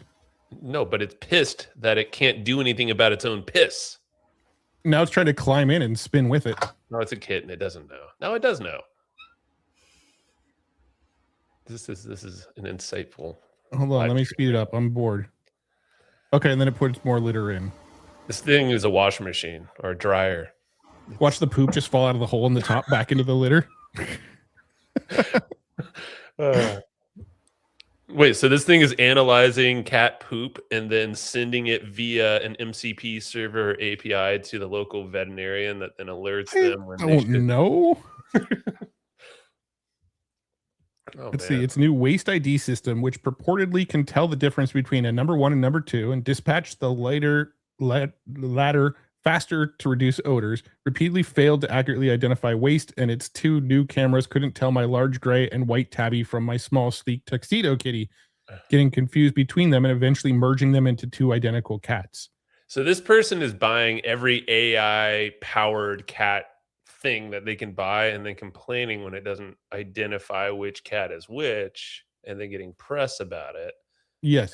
Well, I mean, they must be a writer. I think they're a tech writer. So they're a senior reviewer with over 20 years of experience, covers smart home, Internet of Things, and connected tech. So, I mean, like, that's what they do is they review tech for The Verge. Yeah. But yeah, they have multiple stories about AI not identifying their cats properly.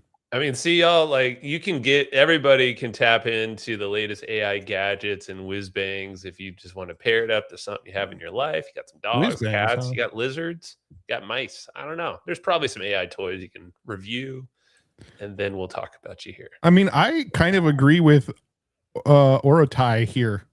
Total worthless thing that rich people will just have to have. Absolutely. Absolutely. Couldn't have said better.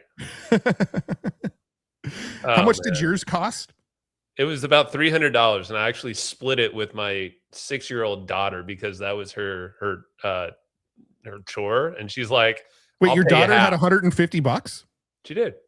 Wow, I know. She's a saver. Nice. And then she buys a bunch of candy, and I'm like, so she saved up to $150 and then spent it on a automated litter box. Absolutely, she did. And that was her choice, her idea. I swear to God. and she doesn't have to touch it now. I'm like, you know what? Good deal. Good deal. Doesn't smell. Good deal for everybody. It is. Nice. Okay. Anyway, that's the cat litter box story. Moving on. Anthropic's annualized revenue. AI's coding gold rush is getting crowded. Yeah. Okay. Let me reload, see if any news came in while we're reviewing those. Nope. All right. So that was my AI intel. My newsletters, there's actually a lot more, but the newsletters page is, again, a lot of like yesterday's news. So it's a lot of stuff that we've already seen. So Matt, like, what's your process? Are you just, because you're scanning everything and you're obviously not talking it out usually, do you just kind of like, oh, nope, saw this, or do you have some filtering thing? No, I'm just like that. Like I put this button in the same spot so I can, so I just hit mark as read. My mouse doesn't even move. Open router for 7 billion. Already shared that news. Cursor Origin launches as an early beta GitHub alternative with built-in agents. I don't know if I've talked about this one yet. So I'll open this in a new tab. So you can see it'll open in a tab here, but then I'll just typically kind of keep on going, mark as read. Next thing I know, I'll have like, 7 or 8 tabs open up here. And then I'll just start reading each of the news pieces. Do you make it easy, or do you know if people are tracking the news from your news page? So you're doing the manual effort. I mean, I don't really care if they are. Yeah, for sure. But I mean, people can if they want. I'm not really tracking if people are tracking my news page or not. I know some people are. I've seen people mention that they have like a scraper that scrapes it. I've got this like brand thing here, which looks for mentions of any time like my name or brands are mentioned, right? I've seen websites showing other people how to scrape future tools to like stay up to date with news and stuff. So like I know some people are doing it. I don't really care. I don't make my money off future tools. I make my money off of YouTube videos and sponsorships. This is just like literally designed so that I always stay in the loop, right?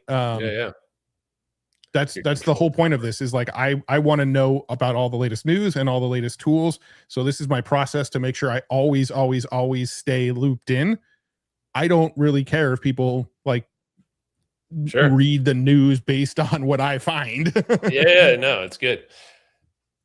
So your news is done at this point.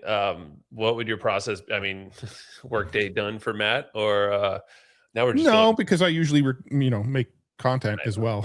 I know. You're doing more stuff. But I'm not putting up with this cat $150. I love it. It's true. That's how I felt. Actually, I think he said I'm not putting up with this cat poop. I think he blurred out the word poop for some reason. Yeah. I don't know. That's what your daughter said. It's not a bad word. Why he did that.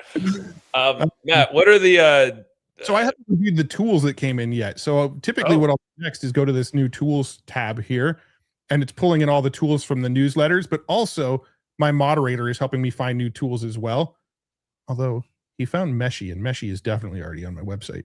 So sometimes he finds duplicates, but my tool actually will, like if I try to save a duplicate tool, it won't let me. It'll say this tool is already on your website. So that's the next thing I do is I start reviewing tools. Like the rundown shared this origin tool. So I'll open this in a new tab. So wait, these tools are getting pulled in from newsletters, other things that you have scouring the web, and also submissions, right? And also I have a Google sheet that when I said I have somebody that manages future tools for me and sort of does the moderation and double checks the tools to make sure the like text is correct. He has a Google sheet that whenever he comes across new tools that he thinks are cool, he just adds them to the Google sheet, and those populate here. So you can see right here it says found by team. That's anything that he added to that Google sheet. And then when I mark that as read, it deletes it off the Google sheet. So the Google sheet gets cleared every day. Nice. Okay. So, and sometimes this categorizes stuff into tools that aren't actually tools. Like this is pulling in a YouTube video. But this is one that like my moderator found, Right Modeler. So I can open this, screenpipe.com, which I know I've shared that as well. Outfitty.io. Meshy AI, I know that's on my website already. Octolabs.ai, I'm pretty sure I've shared that one as well. But now you see I opened all these in a tab, so I'll just start going through these. So here's Right Modeler, measure cheaper models against what you shipped. I'll kind of scan this and go, okay, is this a tool I actually want to add to my website? If it is, come up here, click on the tool tab, process tool in background. Now the tool is processing. They made the cut. Yeah, so now, I mean, I could kind of show you this. Actually, hold on. Let me pull it off the window to make sure there's nothing I don't want to show you here. If I can, I'll show you my future tools dashboard.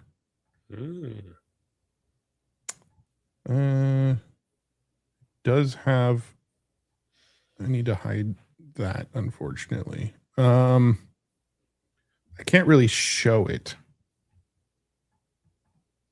Can you describe it? Yeah, so my backend dashboard, it's just got an email address on there that like I don't want people to like start spamming me or anything. Don't do it then. We don't need spam. Oh, you're gonna do it anyway.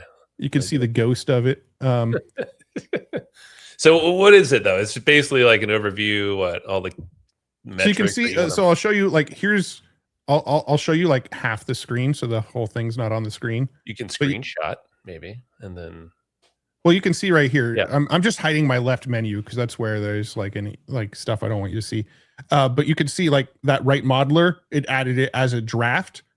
But in the background, if I click on edit this here, you can actually see that it pulled in the name, it pulled in a short description, it wrote a long description, it created a redirect URL here, pulled in a screenshot, it pulled in what categories it should go in, put some search tags in here.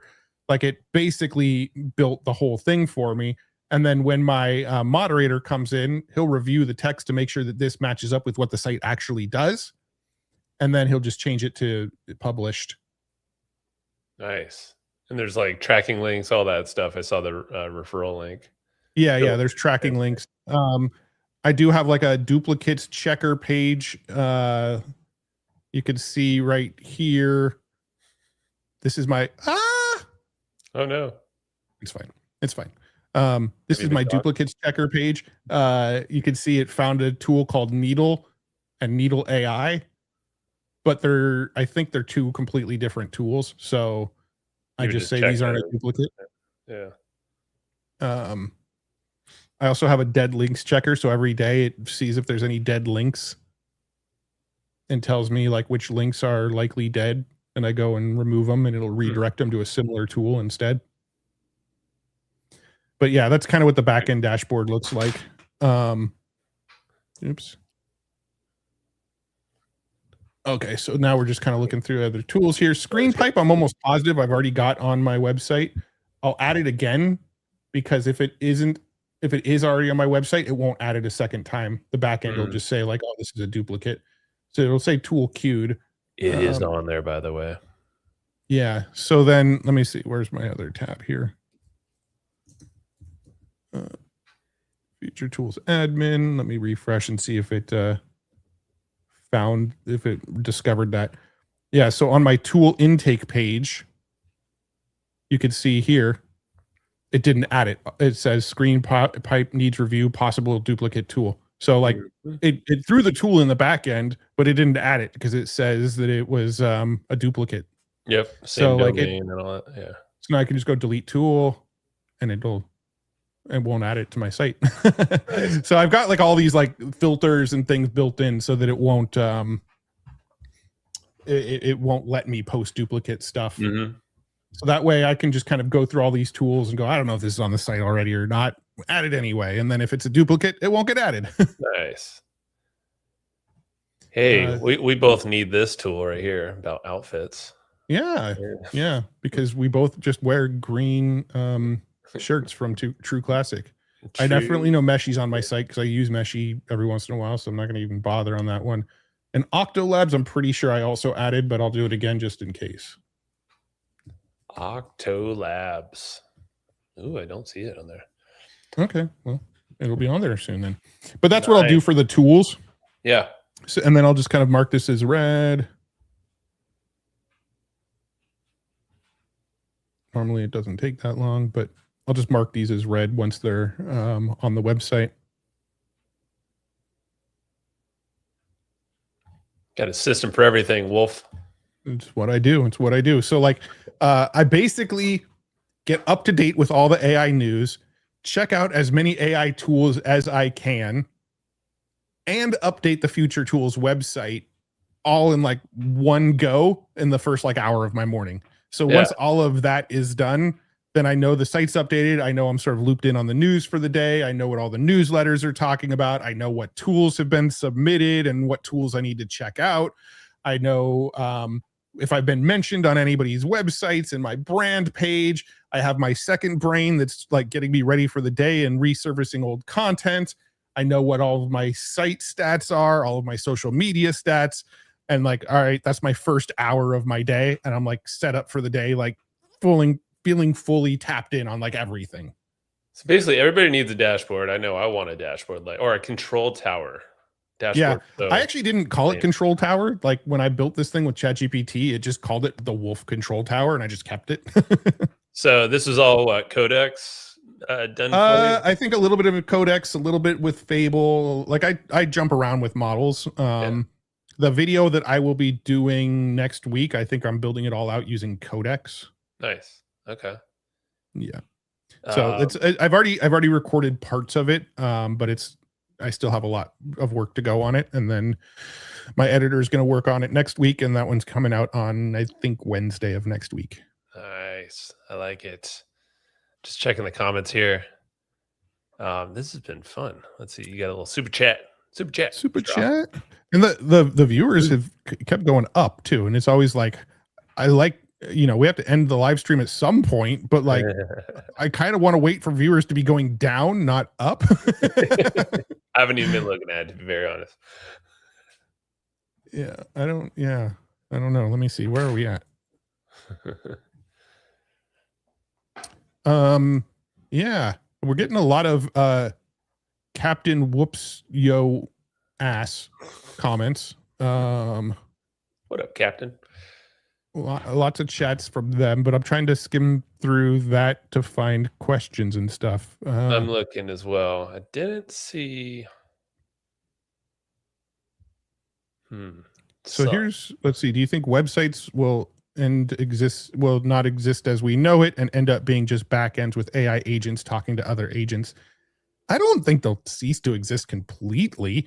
I mean, I do think a lot of like business to business type stuff will probably go in that direction, right? Like, I doubt we'll be managing CRMs from front end databases, and I doubt we'll be managing like a lot of things from a front end, but I don't think websites where people go and read articles and sites like YouTube where you go and watch videos and yeah, I don't know. I don't see websites going away completely, but I do kind of see the B2B landscape changing. Like, I think SaaS type stuff will eventually become like agents talking to agents. I don't know. What do you think, Joe? You work with SaaS companies. Yeah, I don't think websites will go away. I think they'll change. Like you said, like I think agents will definitely play a part with like interfacing with the website. I feel like everyone's still going to want to have like their own destination, the thing that they control, and at least put that signal out there to folks, and then maybe the agents will be able to pick that up and do whatever with. But I think, yeah, I think it's just it'll change. I think agents will play a part, not sure, but definitely, I mean, websites will be around. They'll just look different. They'll be created differently and different users. The thing is, like, I have such a hard time predicting what the internet's going to look like in a couple years. Like, it's definitely going to change a lot, and I think things are going to get different. Yeah. Let me actually switch to this view. We don't really need to be looking at my UC Bench page. On the agent note, Phil Sledge just put a comment in there that I thought is interesting as well. It's about agents. You can throw that. It basically said, will OpenAI and Ant Cloud bring a Grok bot alternative soon? I think so. I mean, like, Grok bot's pretty freaking interesting, and the fact that like it's still like consumer facing, like, but it's almost like the Claude co-work thing. My hot is that Grok bot's overrated. Like, tell us more. I don't know. I see a lot of people talking about it, being super impressed with it, where it's like each little bot is kind of focused on different things, right? I've played with it. I made a video talking about it and messed with it, and each bot's kind of used for different things. Like, one will be your email arbitrager or triager or whatever they call it. Yeah. One bot will be for scheduling. One bot will be for, I don't know. I'm having a hard time. Yeah, your chief of staff that manages other bots. I just don't see the purpose. Like, my brain more works with like bigger project focused bots. Like, the way I use Codex right now is I have a project, and that project has access to all of my tools, all of my, let's say Granola and Slack and Gmail and Calendar and all of these things. And I just, like, I literally have a project called My Personal Assistant, and it can go and add things to my calendar. It can go and, draft replies in my Gmail. It can go and read Slack and tell me what I need to know right now. I don't know why I'd want that to be a separate bot for each one of those things. I'd rather like you have the chief of staff bot, and you most likely are going to end up talking with just that bot, which is going to go delegate to other bots, which is kind of how Codex and Claude Cowork already work. Yeah. So it's like, I don't know. It just feels like it's trying to get to what those tools are doing, but with extra steps already. But I could be missing something, because I think there's something to like where just to get adoption from other people, you know, like the more the normies, and I would include myself in that, so, or at least like a first adopter, early adopter of agents. I feel like there has to be. Maybe that's what they're going for, Grokbot. Well, I feel like that's what ChatGPT work and Claude Cowork are trying to be, True. right? Yeah. So I feel like that's what those are trying to go for. And I guess maybe normies just haven't tried enough with it. Normies, quote unquote, haven't tried enough with it. Like, because if you go to, like, I'm mostly a ChatGPT user. I do use Claude for some stuff, but I'd say like I'm 80-20, 80% OpenAI, 20% Anthropic stuff these days. But like, if I go to ChatGPT work, I can literally just ask it to do anything. I can say, hey, my computer's loading slow. Can you figure it out for me? And it'll like go through terminal and figure out if there's any processes it can shut down for me. And it can figure out if there's like background software running that I don't realize is running and alert me to it and shut it down. Or I can say like, hey, my downloads folder is getting really messy. Go organize it for me. And it'll go organize it into folders for me. Or, you know, I have a folder full of like screenshots where I take screenshots from around the web. And every once in a while, I'll go and say, hey, review all these screenshots, and then give them a title based on what's in the actual screenshot. It'll go and rename all the screenshots for me.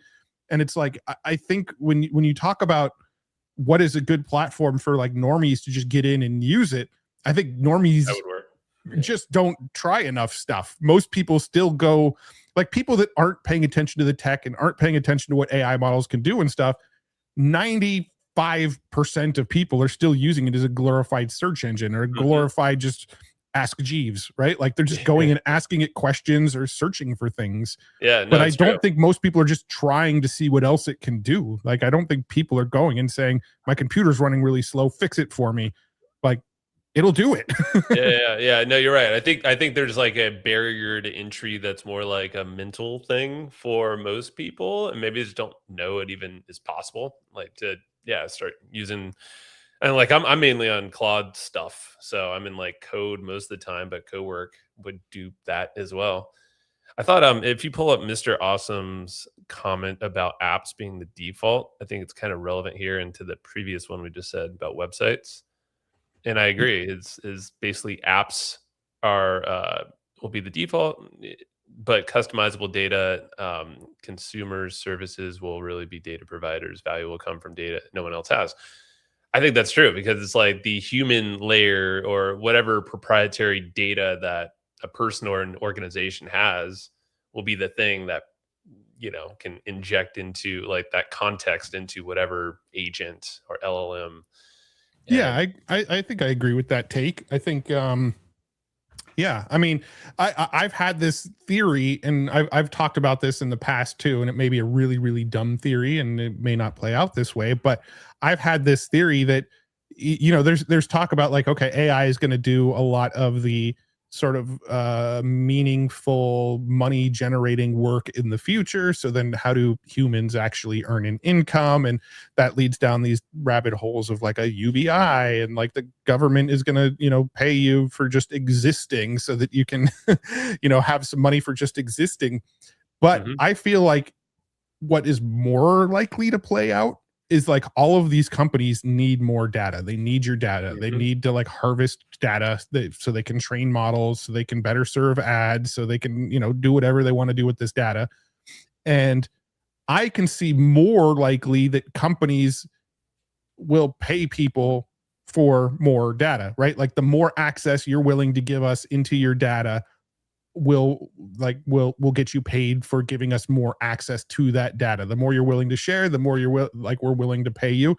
And that almost becomes like part of like a gig economy sort of thing where everybody is more of like this gig worker that's you know, data miner of sorts.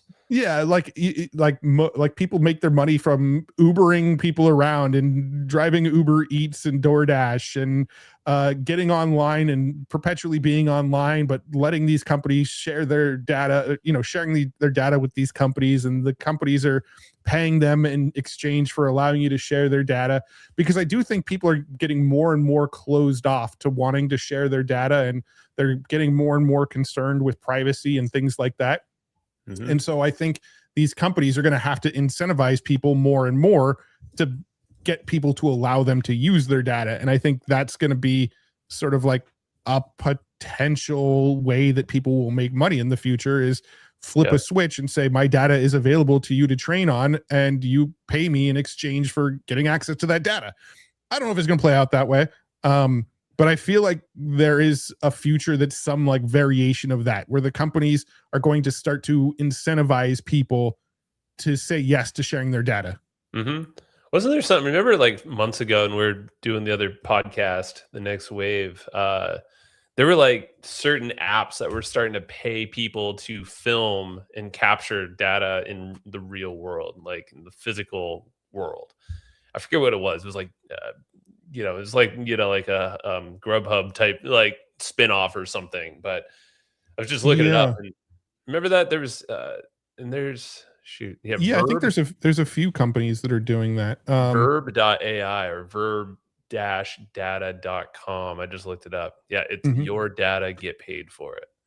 Yeah, let me pull it up on your screen. Sure. Yeah, so here, that's your data. Big tech and finance takes our data for free. Verb is affiliates based in America, can profit from their own data. Start earning now. Yeah, so I mean, this is a take I've been sharing for the past like 4 years. So this company obviously heard one of my rants. Yeah, look, and you can choose what to share. Yeah, exactly. I mean, you're obviously sharing data with some of these places already, I would assume. Amazon. I mean, you're sharing the data that they can see, Amazon can collect when you're on their first party website, right? True. Yeah, but maybe some other stuff.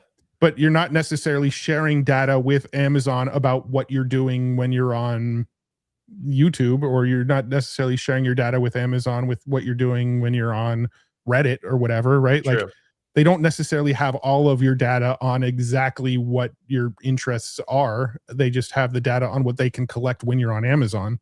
Right. And I think that's probably a sort of naive take too. I think they probably have more data from more sources, because I think a lot of these companies do sort of inter-exchange data a little bit under the radar. But well, they sell data, all that stuff to each other. Yeah. Interesting. I mean, yeah, I think they probably heard you, Matt, but but they're not the only ones that are doing this. I've seen other companies, like there's companies that I don't remember the exact company name I've heard of, but like I heard of a company that you can like install cameras on your cars, and it'll like save the camera data, because they use all that camera data to help train self-driving. And there was another example I was about to give as well. But yeah, I mean, like these companies need more and more and more data, and normal people are getting more and more sensitive to what big companies are collecting on them. And so I do think these big companies are going to have to do more and more incentivization of getting people to allow their data to be shared. For sure. Look at this. You can upload optional data exports from like Instagram, TikTok, ChatGPT. Yeah. Interesting. I think this will come up more in the future for sure. Yeah. Let's see. You said you each use different AI. I would like to hear why you like the ones you use. Why do you use the ones you use, Joe? And which ones do you use?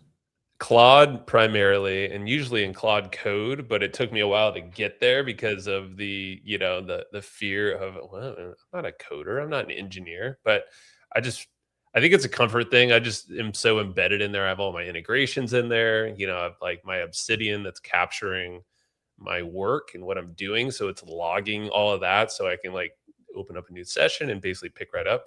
Saying that, I know I could if I wanted to, go to ChatGPT and start hooking up, Obsidian and all that stuff there, so it'd have a lot of the context.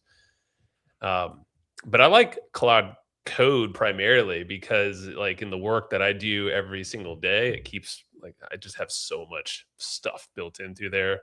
Mhm. Also, I have like an organization account, I have a personal account, so I switch between those depending on what I'm working on, personal Mhm. project, or if it's like with I don't know if I could say names of companies, Matt, Why but not? my day job, if you will. What are you worried about? I'm not. No, working with Delphi. Pornhub. Yeah, Oh. so it's like we have. Yeah, I just separate per project as much as I can, and then Obsidian I think is the best behind the scenes to log all the work. By the way, he doesn't actually work for Pornhub. He works with a company called Delphi. Oh, I didn't even hear you say it. That's good. I'd probably still use the same process if I worked for that too. Oh, that's man. disgusting, Joe. It is. I know. It was your thought. How about you? Why are you such a Chat GPT fanatic these days? Because you've been on the Claude train. I know that. Yeah, I mean, no, I do jump back and forth. I'm loyal to whatever models tend to give me the best results, right? And I think I jump back and forth between using Fable for like big build outs, right? Like if I have a big grand idea of what I want to build and it's got like a lot of elements and a lot of things I want to work into it, I'll still use Fable for that. And I will just like brain dump this app and have Fable go and like build out the whole thing. And that's better than anything Chat GPT would be able to do, like compared to using Soul on Ultra mode, 5.6 Soul on Ultra mode gets pretty close. But I do think Fable is a lot better for the initial like major build out of things. But for almost everything else, I like the Opus models, or not the Opus models, the 5.6 models. I like to use the 5.6 Soul for most like optimizations of whatever I'm building. I like to use like on the, let's see, what's an example? Like Busey Bench. When I built that out, the majority of it was built with Fable, but once it was built, every little optimization and tweak and every little thing that I've done to it, I've used 5.6 because I feel like it's a little bit better at sort of like drilling in and like just fixing these like little things for me. And Opus 5 has been probably one of my least favorite models to use. It's really good at making like games that look decent, but other than that, it's not really good at much, in my opinion. Honestly, like recently, and I don't know, over the last like handful of days, because I work with a whole bunch of clients that are really savvy in AI, and like a lot of them are on Claude, and like I've just been hearing people say, like, man, Claude's been kind of shit in the bed a little bit, especially with both Fable, basically the newest models. Yeah. So I don't know. I've had it spin me through loops and like take me down rabbit holes that I did not ask it to do. I don't know. I feel like all models are probably susceptible to a little bit of that, but yeah, I don't know. It's again, I think it's a comfort thing, at least for me, stick with Claude. Yeah. I mean, let's be honest, for 99% of the world, they're all pretty interchangeable. Like I feel like what most people use them for, you're not going to notice huge differences. I think where you notice the biggest differences is when you're trying to use them to code up stuff. You'll notice that they I wouldn't really say they have different approaches to how they code. I don't know. They're all pretty good at coding now. I feel like Opus 5 though, like you'll ask it to code something and it'll go and like do something you didn't even ask it to do. And you're like, I wanted you to fix this, and you went and changed something completely different. Like what the heck? And I feel like GPT 5.6 is more like of a sniper. It goes in and like fixes that one thing you just asked it to do. At least that's been my experience. No, that makes sense. So it's kind of like foundational work and maybe that's Fable, and then surgical work from GPT side of things. Yeah, exactly. At least for now. What else we got here? Oh, I am seeing people just talking about Luna. I've seen that brought up a lot, and Terra's go to for prototyping. AGM may be a continuous feeding of problems to solve. And that's a good way to pay humans. Oh, we are quite prolific at creating our own problems. Oh, this is a different one, but Let's see. Opus 5 has been mostly fine, but I'm not doing coding. And again, I think that's where most people are going to notice the difference. Like if you're playing around with these tools to get them to code, you'll notice differences. If you're just kind of like chatting or getting advice or brainstorming ideas, like they're all kind of good at that stuff now. yeah. Yeah, man. I think we covered a lot, and this is Was there anything else on your list that we were going to cover that we didn't? I mean, we ranted and raved about many rabbit holes like we were hoping for.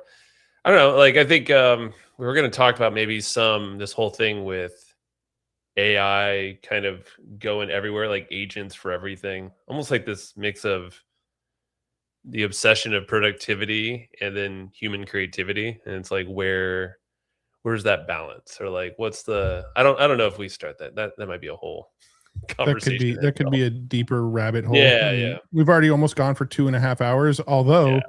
the amount of people watching keeps going up. So that's the hardest part about doing a live stream is it's like, all right, let's set ourselves a limit of like 2 hours. And then you see that like at the 2 hour mark, you have the most people you've had on the stream so far. And you're like, well, we're cutting it off right when there's the most amount of people on hanging out. I'm bummed I forgot my coffee, Matt. No, but I think like watermarking, we talked about that. That was one of my things, Grokbot, a little bit there, and like kind of how Claude and ChatGPT might. I mean, that was a comment. That was perfect. Yeah, you know, one thing that's been hot on my mind lately, and I'm going back and forth on it, is like Anthropic literally watermarking the text. Right? How does that work? Yeah, I saw you said something about that last week, I think. Yeah, so the way it works is like, I mean, basically the way Anthropic describes it is that when you ask it to essentially give you an output, it's going to like essentially, I'm trying to think of the best way to describe it, but it's going to swap words out in its output that aren't going to theoretically change the meaning of the output, but it's going to be in a way that Anthropic can spot that is an output that I would have given, right? So like they might change. So let's say statistically this one word is most likely to be the next possible word. Well, Anthropic might make it the next statistically probable word instead of the most probable next word. And because it's using this variation, Anthropic is able to like spot its own patterns kind of. Does that make sense? Yeah, it does. And I just asked a Perplexity to explain, like I'm 5, how it's going to work. And basically, it's kind of that. It's imagine Claude is picking a word at every tiny step and choosing between two equally good, it says crayons to color a picture. That's a little bit. But basically, like say 5. 5. Mm-hmm. Yeah, the sky is gray or the sky is overcast. So it's still going to write normal sentences, but it makes it perfect. I don't know. This is interesting. So, but yeah, it's like some hidden pattern, I guess, Anthropic can pick up on. Yeah. Is what it comes down to. Has that already rolled out or is that coming? I think it's still coming. Maybe it's rolled out. I don't remember. It's either it's something that's happening very soon or already rolled out. Interesting.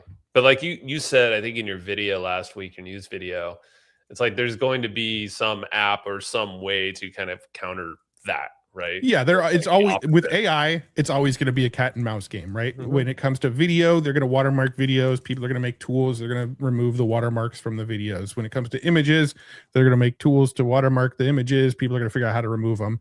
Same with the text. You know, if Claude could spot the patterns, there's going to be apps that'll be able to spot the same patterns and remove those patterns from the text. Yep. And it said it did release on August 2nd and then any future models. Okay. Not retroactively. Yeah. So it's actively doing that now with the stuff that you're doing. Mm-hmm.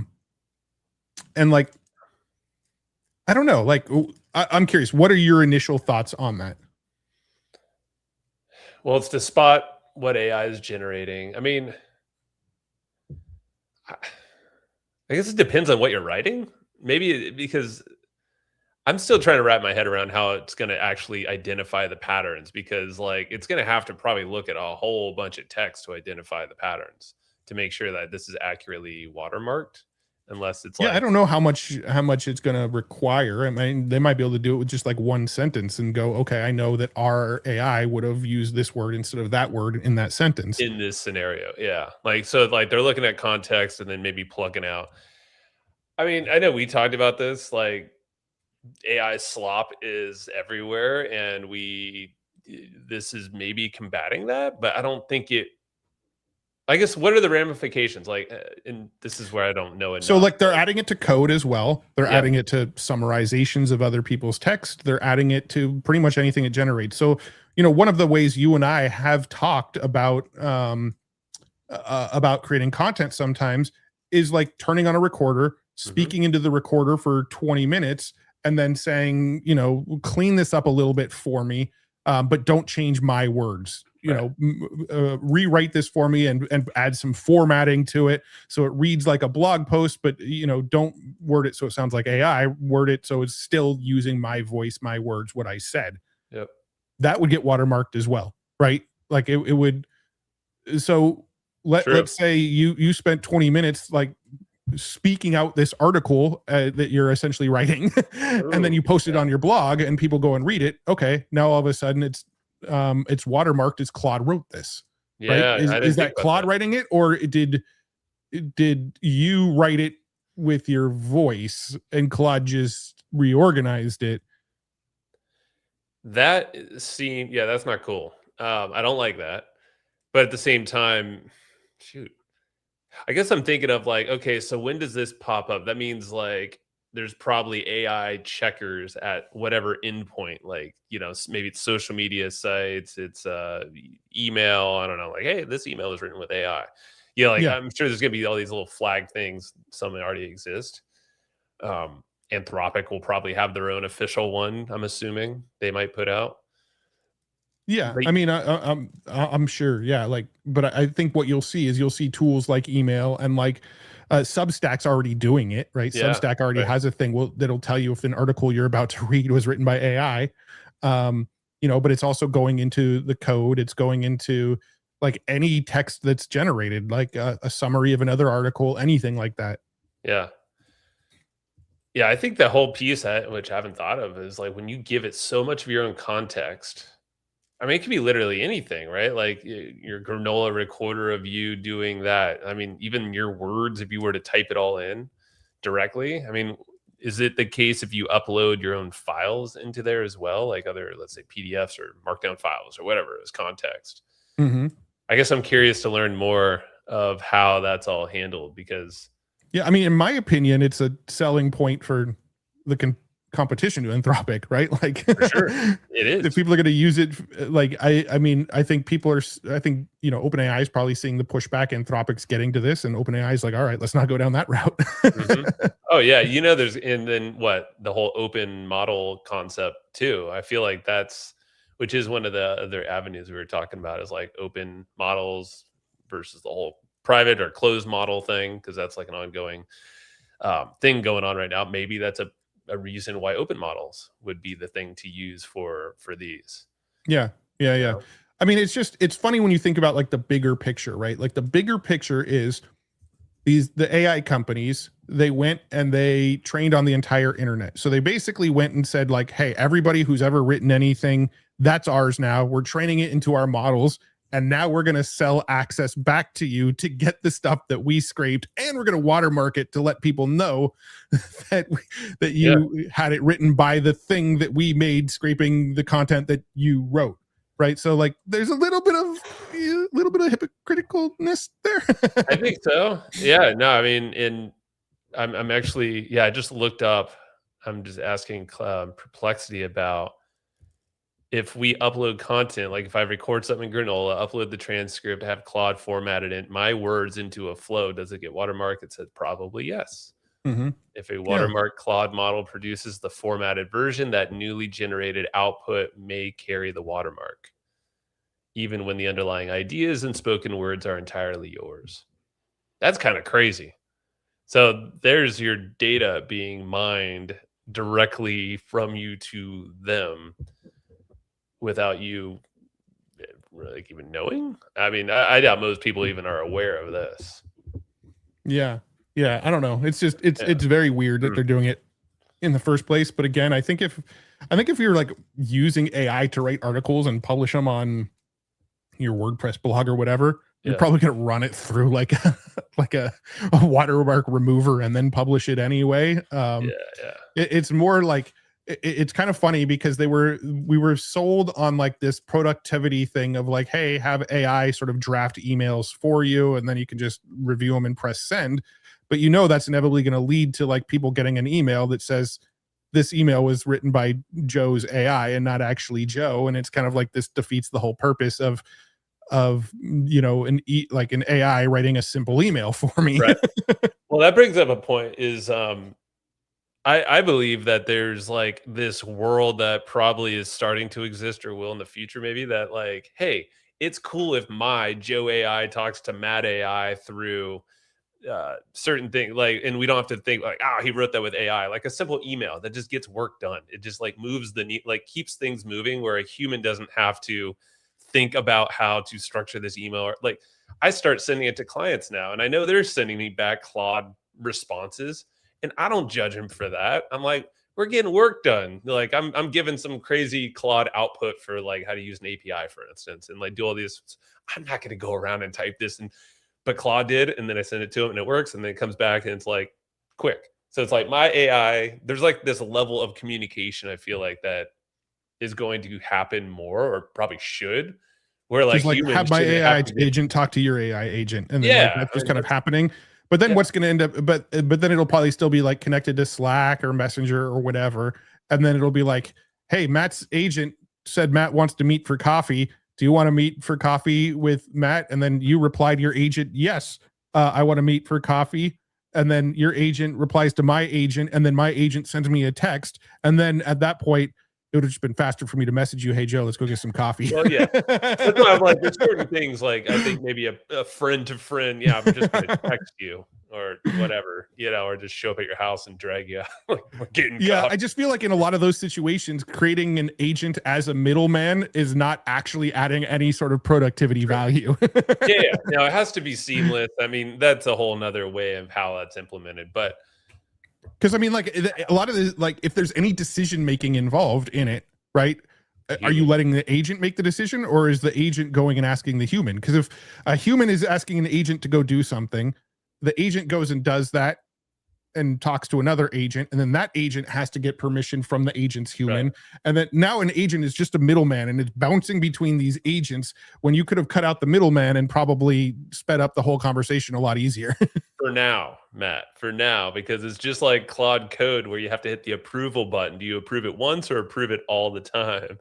And then I guess I'm just curious, like what scenarios would you see delegating to an agent where you can take the sort of decision portion out?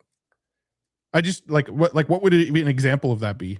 Well, I guess like I work with a bunch of clients who, there's repetitive questions and things that can be answered fairly quickly based on like a knowledge base or stuff I've done already. Yeah. But I can see that. So if like, frequently asked questions. Yeah. At least like, I think it would help format or formulate what the answer could have in there. But I feel like depending on the person or scenario, then the human is in the middle still.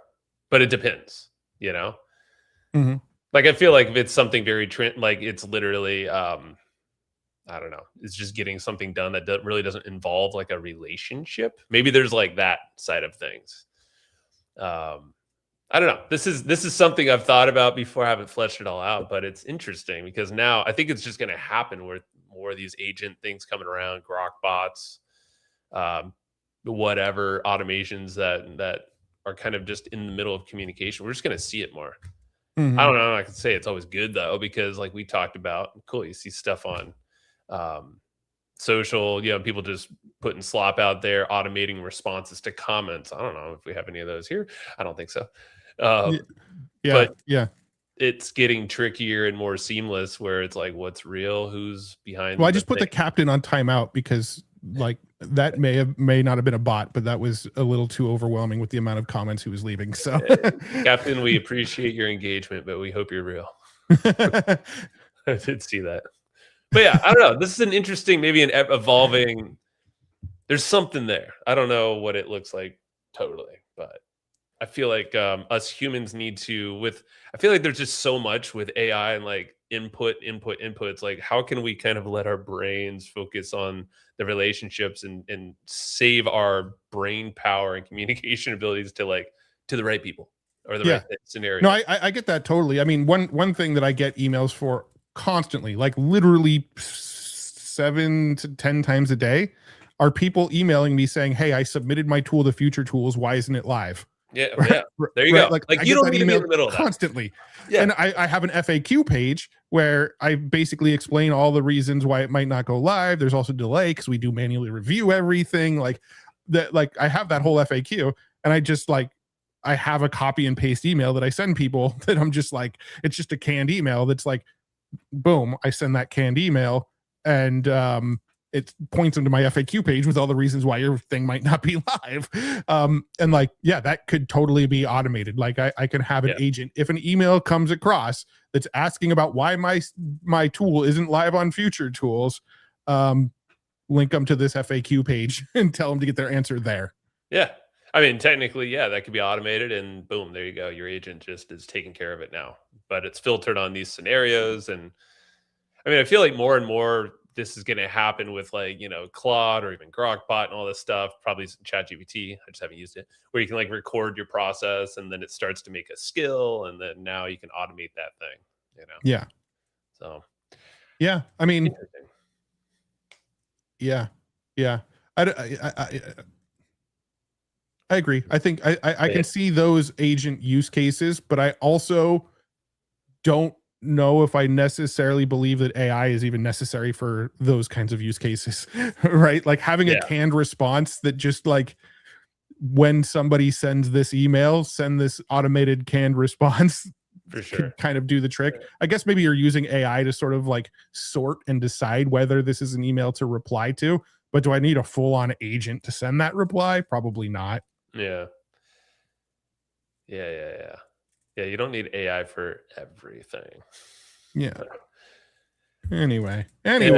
Interesting discussion though. I like it. Yeah. What about Neuralink, like devices? Oh, here, what is this? Which one are you reading? Responses from human, a guest 5394. I haven't read the full thing, but oh yeah, like human interfacing, basically answering and doing the communication for us. Yeah. I mean, like I'll think to myself, I should go get a coffee with Joe, and then Joe will receive a transmission that says, "Matt's thinking about getting coffee. Do you want to go?" And then Joe goes, "Coffee would be nice right now." And then I get a message to my brain that's all right, we're meeting at 10:30. I mean, Matt, that's kind of what happened when we went to the Padre game last week on Tuesday. That's true. That's true. But that was a manual process. But I was like, I really want to go to the game. Hey, Matt, are you free? Yeah, I'm really. Let's go. We could have had Neuralink. Dang. I agree, Brian. I agree. I got to admit, I hate when content creators are using AI to reply to comments. If you're not going to read them and reply, just ignore them. Don't give fake interaction. True. I 100% agree. Like I hate like one of the main reasons I'm not on X anymore, right? Like you mentioned that I don't use X as much. I do post from time to time and I do skim it from time to time, but I just don't post nearly as much as I used to. Is I feel like half the replies on most posts now are written by AI. Like I read it and it's just somebody essentially like repeating back what I just said in a reworded version of it. And it's like, how did this add to the conversation? This is clearly ChatGPT writing this. Like, I also get frustrated, and this is a hot take from somebody who actually makes content about AI, is I can spot when something was written by AI. I don't need any AI watermarkers myself. Like I've got it like ingrained in me now of like, I read something and I can just tell it's AI, but it bugs me even more when I watch a YouTube video. I don't care if there's a person on camera or not on camera. If I can tell it's a script that was written by AI, like I'm out. Like it just bugs me. Like, and I'm sure the content's great, and I'm sure most people don't care or don't notice, but because I'm so like deep in the AI rabbit hole, I will start watching a video and go, this is an AI generated script. I can 100% tell they had this script written by ChatGPT and they're just reading this script. And as soon as my brain registers that, I tune out and stop watching. Like, I don't know why that is, but I do. Well, Matt, that's directionally correct, but you know, Well, it's usually the stuff where it's like, it's not this, it's that.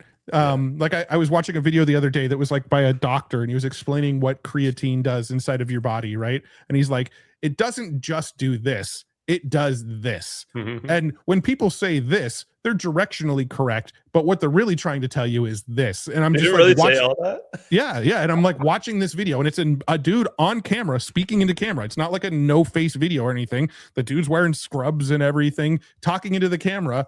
And I'm watching this video and I'm going, I feel like I'm just getting what ChatGPT would tell me recited to me on a video. Yeah. And it just bugged me. And I as soon as it clicked in my brain that this is just a ChatGPT response being read to me, like my brain tuned out and I was like, I can't watch this anymore. It just feels like I'm having somebody read a ChatGPT reply to me. Yeah. I feel like an ongoing theme you and I have been talking about, and I know we recorded we went deeper on this separately, is like, hey, like what thoughts are ours? And yeah, we're seeing it in other people, like some creators getting called out or just on social, but it's like, wait, are they do they know they're doing this? Is this just because it's like a process? They're trying to be efficient. Are they just trying to just spam and get, you know, some traction on whatever, and they're just trying to reply? Or it's like, how about us consuming all of this stuff from LLMs, reading all these responses? Are we starting to talk like that now? And then inherently start to just write that way, which wasn't really how we thought and wrote before, just because we're consuming so much of this AI stuff through, you know, directly on like Claude or ChatGPT.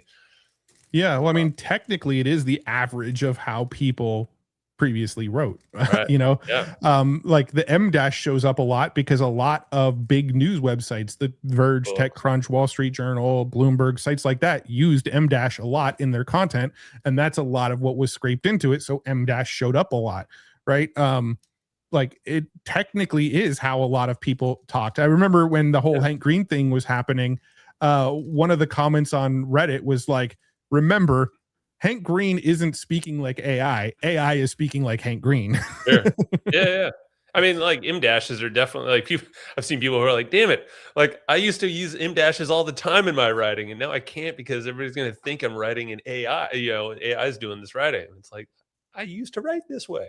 Yeah, I do that. So yeah, and I do think Puck Chop TV has a point. Remember, there's a difference between written with AI or written by AI and lazily written by AI. So I don't let AI write for me at all personally, but I do think AI is very, very helpful in researching what I'm going to write with AI and helping me with an outline to make sure that I hit all the points I want to talk about. But I don't know. For me, if you just say ChatGPT, write me this script, and then you take the script and throw it in a teleprompter and you know, read that, that's definitely lazily written with AI. yeah, For me, like I usually have like my videos often start with like a rant into a microphone of me just saying, here's all the things I want to make sure I talk about in this video. And then I go to an AI and I say, here's like my rant, or usually I'll use Whisperflow and just like have it speak right into ChatGPT or whatever. And it'll have my entire transcription of everything I just talked about. And I'll say, this is what I want to make a video about. Are there any gaps in my thinking? Are there any points that I'm missing that I should be making? And it'll help find any of those like little gaps, any of those little things that I probably should mention in this video. And then once I do that, then I'll go, okay, cool. I want you to outline a video and make sure it hits all of my talking points in my outline. And put it into a logical order. So it doesn't feel like I'm just sort of brain dumping out of order and just sort of like word vomiting and that makes no sense, right? I want it to be in kind of a logical order so people can easily follow along. And then I'll have it sort of give me a bullet point outline. And then I'll have my outline off to the right of my screen. And I'll be like, all right, I'll make my first point, talk about my thing. All right, anything else I was going to say there? Okay, look back into the camera. Say the thing that I forgot to mention. Move on to the next bullet. Ramble, rant into the camera. Like nothing I do is scripted. I'm all pretty much off the cuff. Well, I don't want to say nothing. My ads are all scripted because I have to get approval on them. So when I have sponsorships ads in my videos, I do have to get approval. So that's like the only like 1 minute to 90-second chunk of my videos that are actually it's scripted. A slippery slope, Matt. Watch yourself. Well, I don't let AI script them. They're not scripted by AI. They are a script because I have to get approval on the script before I can go and record the ad. Yeah, that's true. So they are scripted for that reason, but AI does not write the script for me. Yeah. No, it's a perfect like workflow, and I love the whole ramble, and however you capture your ramble. You know, you mentioned granola. You could just ramble directly right into the LLM if you're choosing, and then have it format some stuff. Just know that you might get watermarked from Anthropic stuff. Actually, you will. It's not you might. But yeah, it'll be interesting to like take YouTube transcripts and check to see if there's any watermarks, because technically the transcript, if you read it from something that Claude generated and you just read it word for word, that transcript should hold that watermark still. Yeah, I mean it's the same pattern if you're word for word. Yeah, man, we'll do a follow-up on this on the watermarking thing because I think it's gonna get juicy. This is just the beginning. Mark our words. Let's see. I'm looking through. There's a bunch of comments I missed. These are the same gaps. Who uses Ultra? I do use Ultra sometimes, but I don't use Ultra unless I feel like what I'm asking it to do is something a little more intense. I would say I'm usually using like a medium or high on GPT 5.6. I cannot input on that.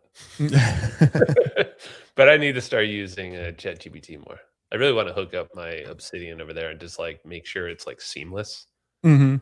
That's what you do, right, Matt? I mean, I haven't actually done it, but I know it's possible. Yeah. I mean, with ChatGPT, with work or Codex, you can just connect it to like a folder. And so I just connect it to the folder that all the Obsidian files are in. Got it. Cool. And it can just read all the Markdown files inside of Obsidian. Yo, well, I mean, it doesn't need Obsidian or some kind of second brain thing. You got to start hooking it up, just because you're probably repeating yourself way too many times than you should. Yeah. Is every AI better with a harness? I would say so. I would argue yes, because that's how you get access to the most amount of tools and the most amount of I've done tests where I tried to use models outside of their harness and inside of their harness, and you pretty much always get better results inside of the harness because they just have access to more tools and more context and more details and that sort of thing. So I pretty much always use like Codex or Claude Code, or I guess I haven't really been using Hermes or OpenClaw or things like that anymore, because I feel like Codex and Claude Code could kind of do all the same stuff now. And now you got Grokbot, which is another one. Mm-hmm. Anyway, Anyway, I was just thinking of like making your own personal harness. If there's obviously you would need a model behind it, right? And then the open weight ones are.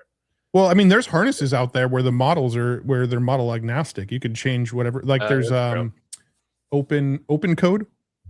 Open code. I think you can use pretty much like any model you want. Same with Cursor, right? Cursor's technically like a AI harness where you can swap out any model.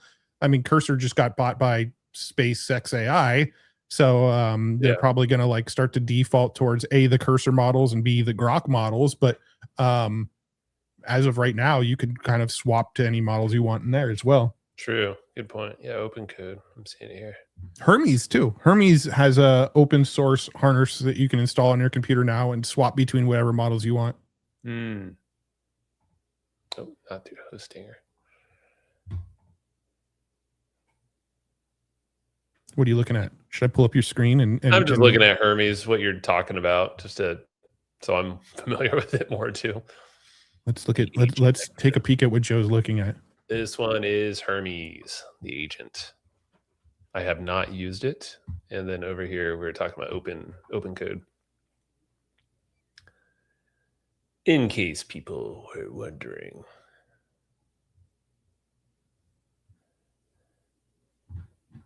I need some coffee. My brain's turned off. Well, I mean, we're at almost 3 hours, I think, and the questions have kind of slowed down, and all of the stuff we were planning on talking about, we've kind of talked about. So I think we can kind of start to wrap this one up. Yeah. Oh man, Hermes looks cool. Okay, yeah, this like feels like almost like a Claude Code. Yeah. I mean, they designed it. Well, Claude Code moved more and more towards looking like Codex. And now Hermes kind of looks like what Codex also looks like. Got it. Okay. I see. Interesting.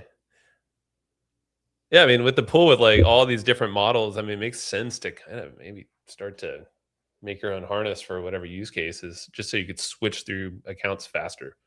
Yeah. And I mean, like if you want to use like local models and play around with that a little bit, you can install local models using something like Olama on your local desktop, and then connect those into Hermes and run those directly inside of Hermes as well, and swap models easily and things like that. Okay. Yeah. All right. Something to play around.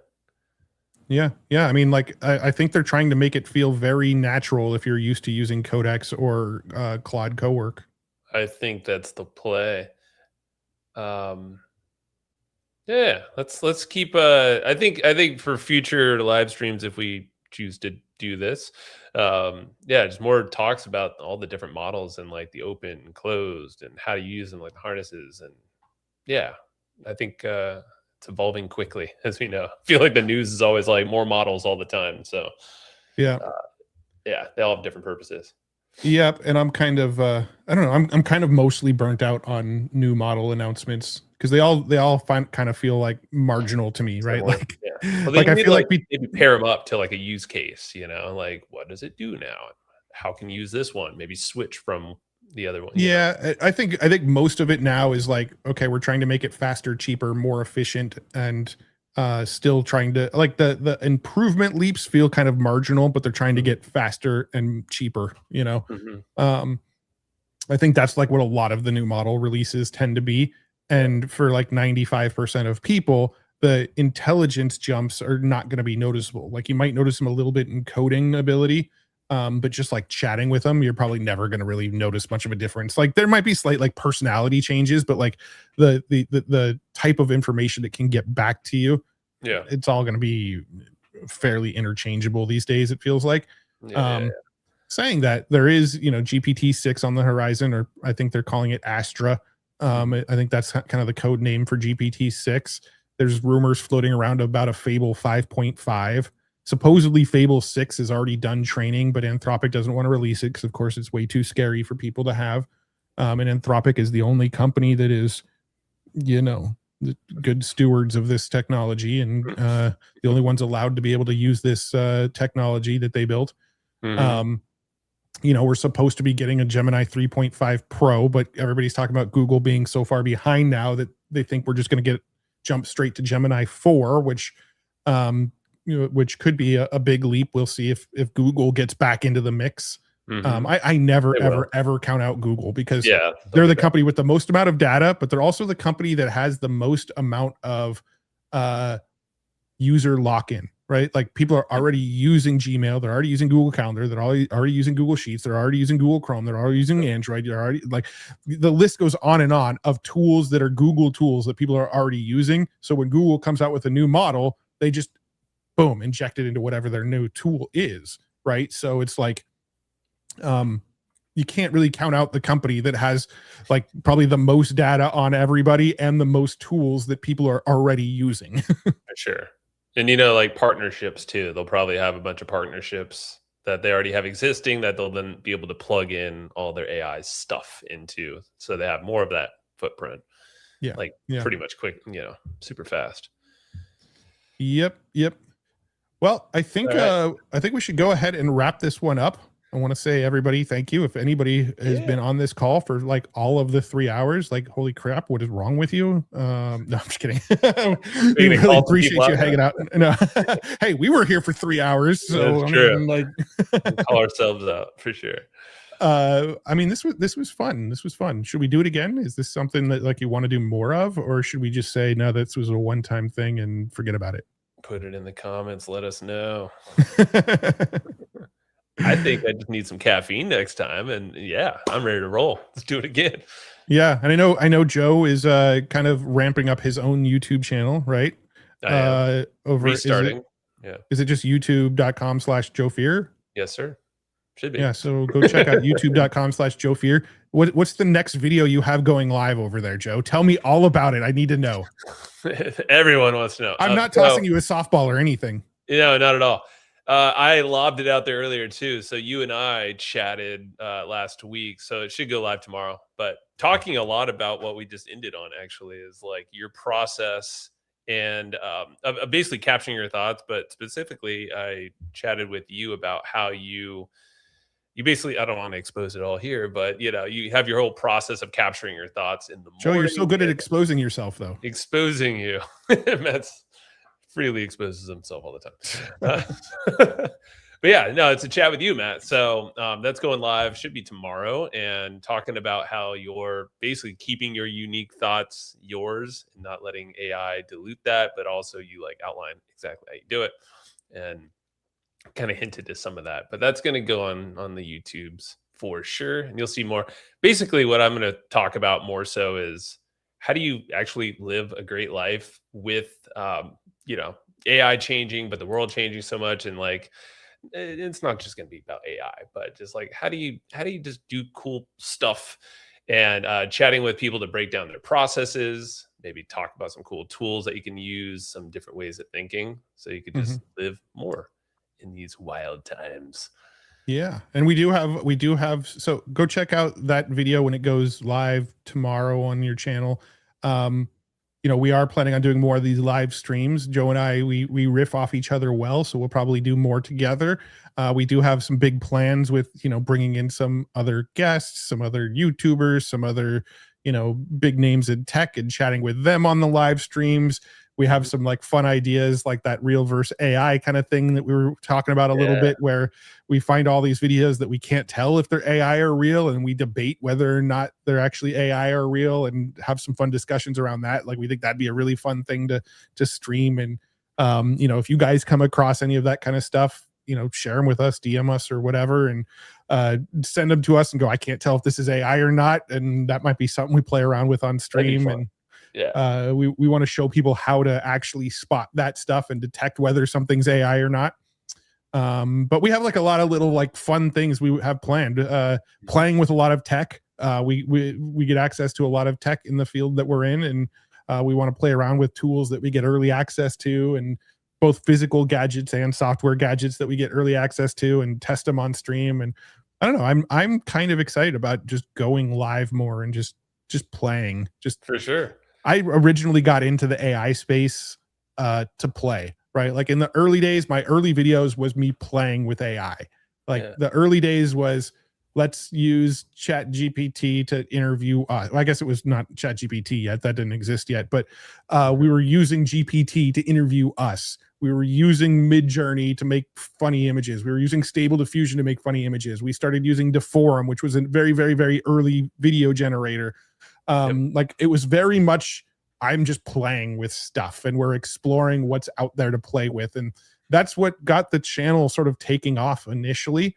And now I feel like I'm spending a lot of time like reading about politics and government regulations and how AI is destroying the planet, and people not wanting data centers, and how AI slop is destroying everything. And it's taken this really negative, non-playful tone, and I'm ready to shift back to playful, I think. And that's why I want to do more live streams.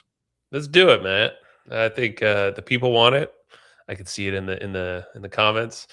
They also want to see you swing that sword around and play the banjo at the same time. That'll be tough. That'll be tough. It can be done. I've seen it. Yeah, Midjourney does seem so long ago. It came out in 2022, believe it or not. That's wild. 2022.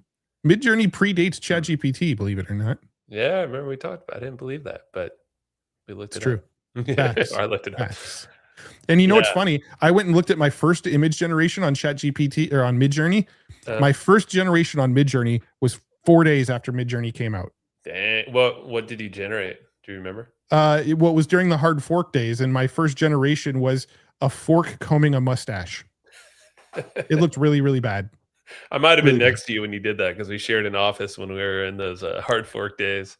That's Yeah. the thing. Like, yeah, AI needs to be fun. It definitely can get super serious. Obviously, we got work to do and things, but like, we should be able to still, and this is why I want to try, like, still should be having fun, live a great life, even though I don't know, everything is changing. It feels like, very quickly. So I thank you, Matt, for helping us keep in the loop because you help me keep in the loop with all this stuff. And I think these live streams, it's like now we get to see what people are chatting about, what they want to hear too, and kind Yeah. of riff I just and go want to play. deeper. I just want to have fun. I want to goof off. I want to play with tools. I want to see what they're capable of.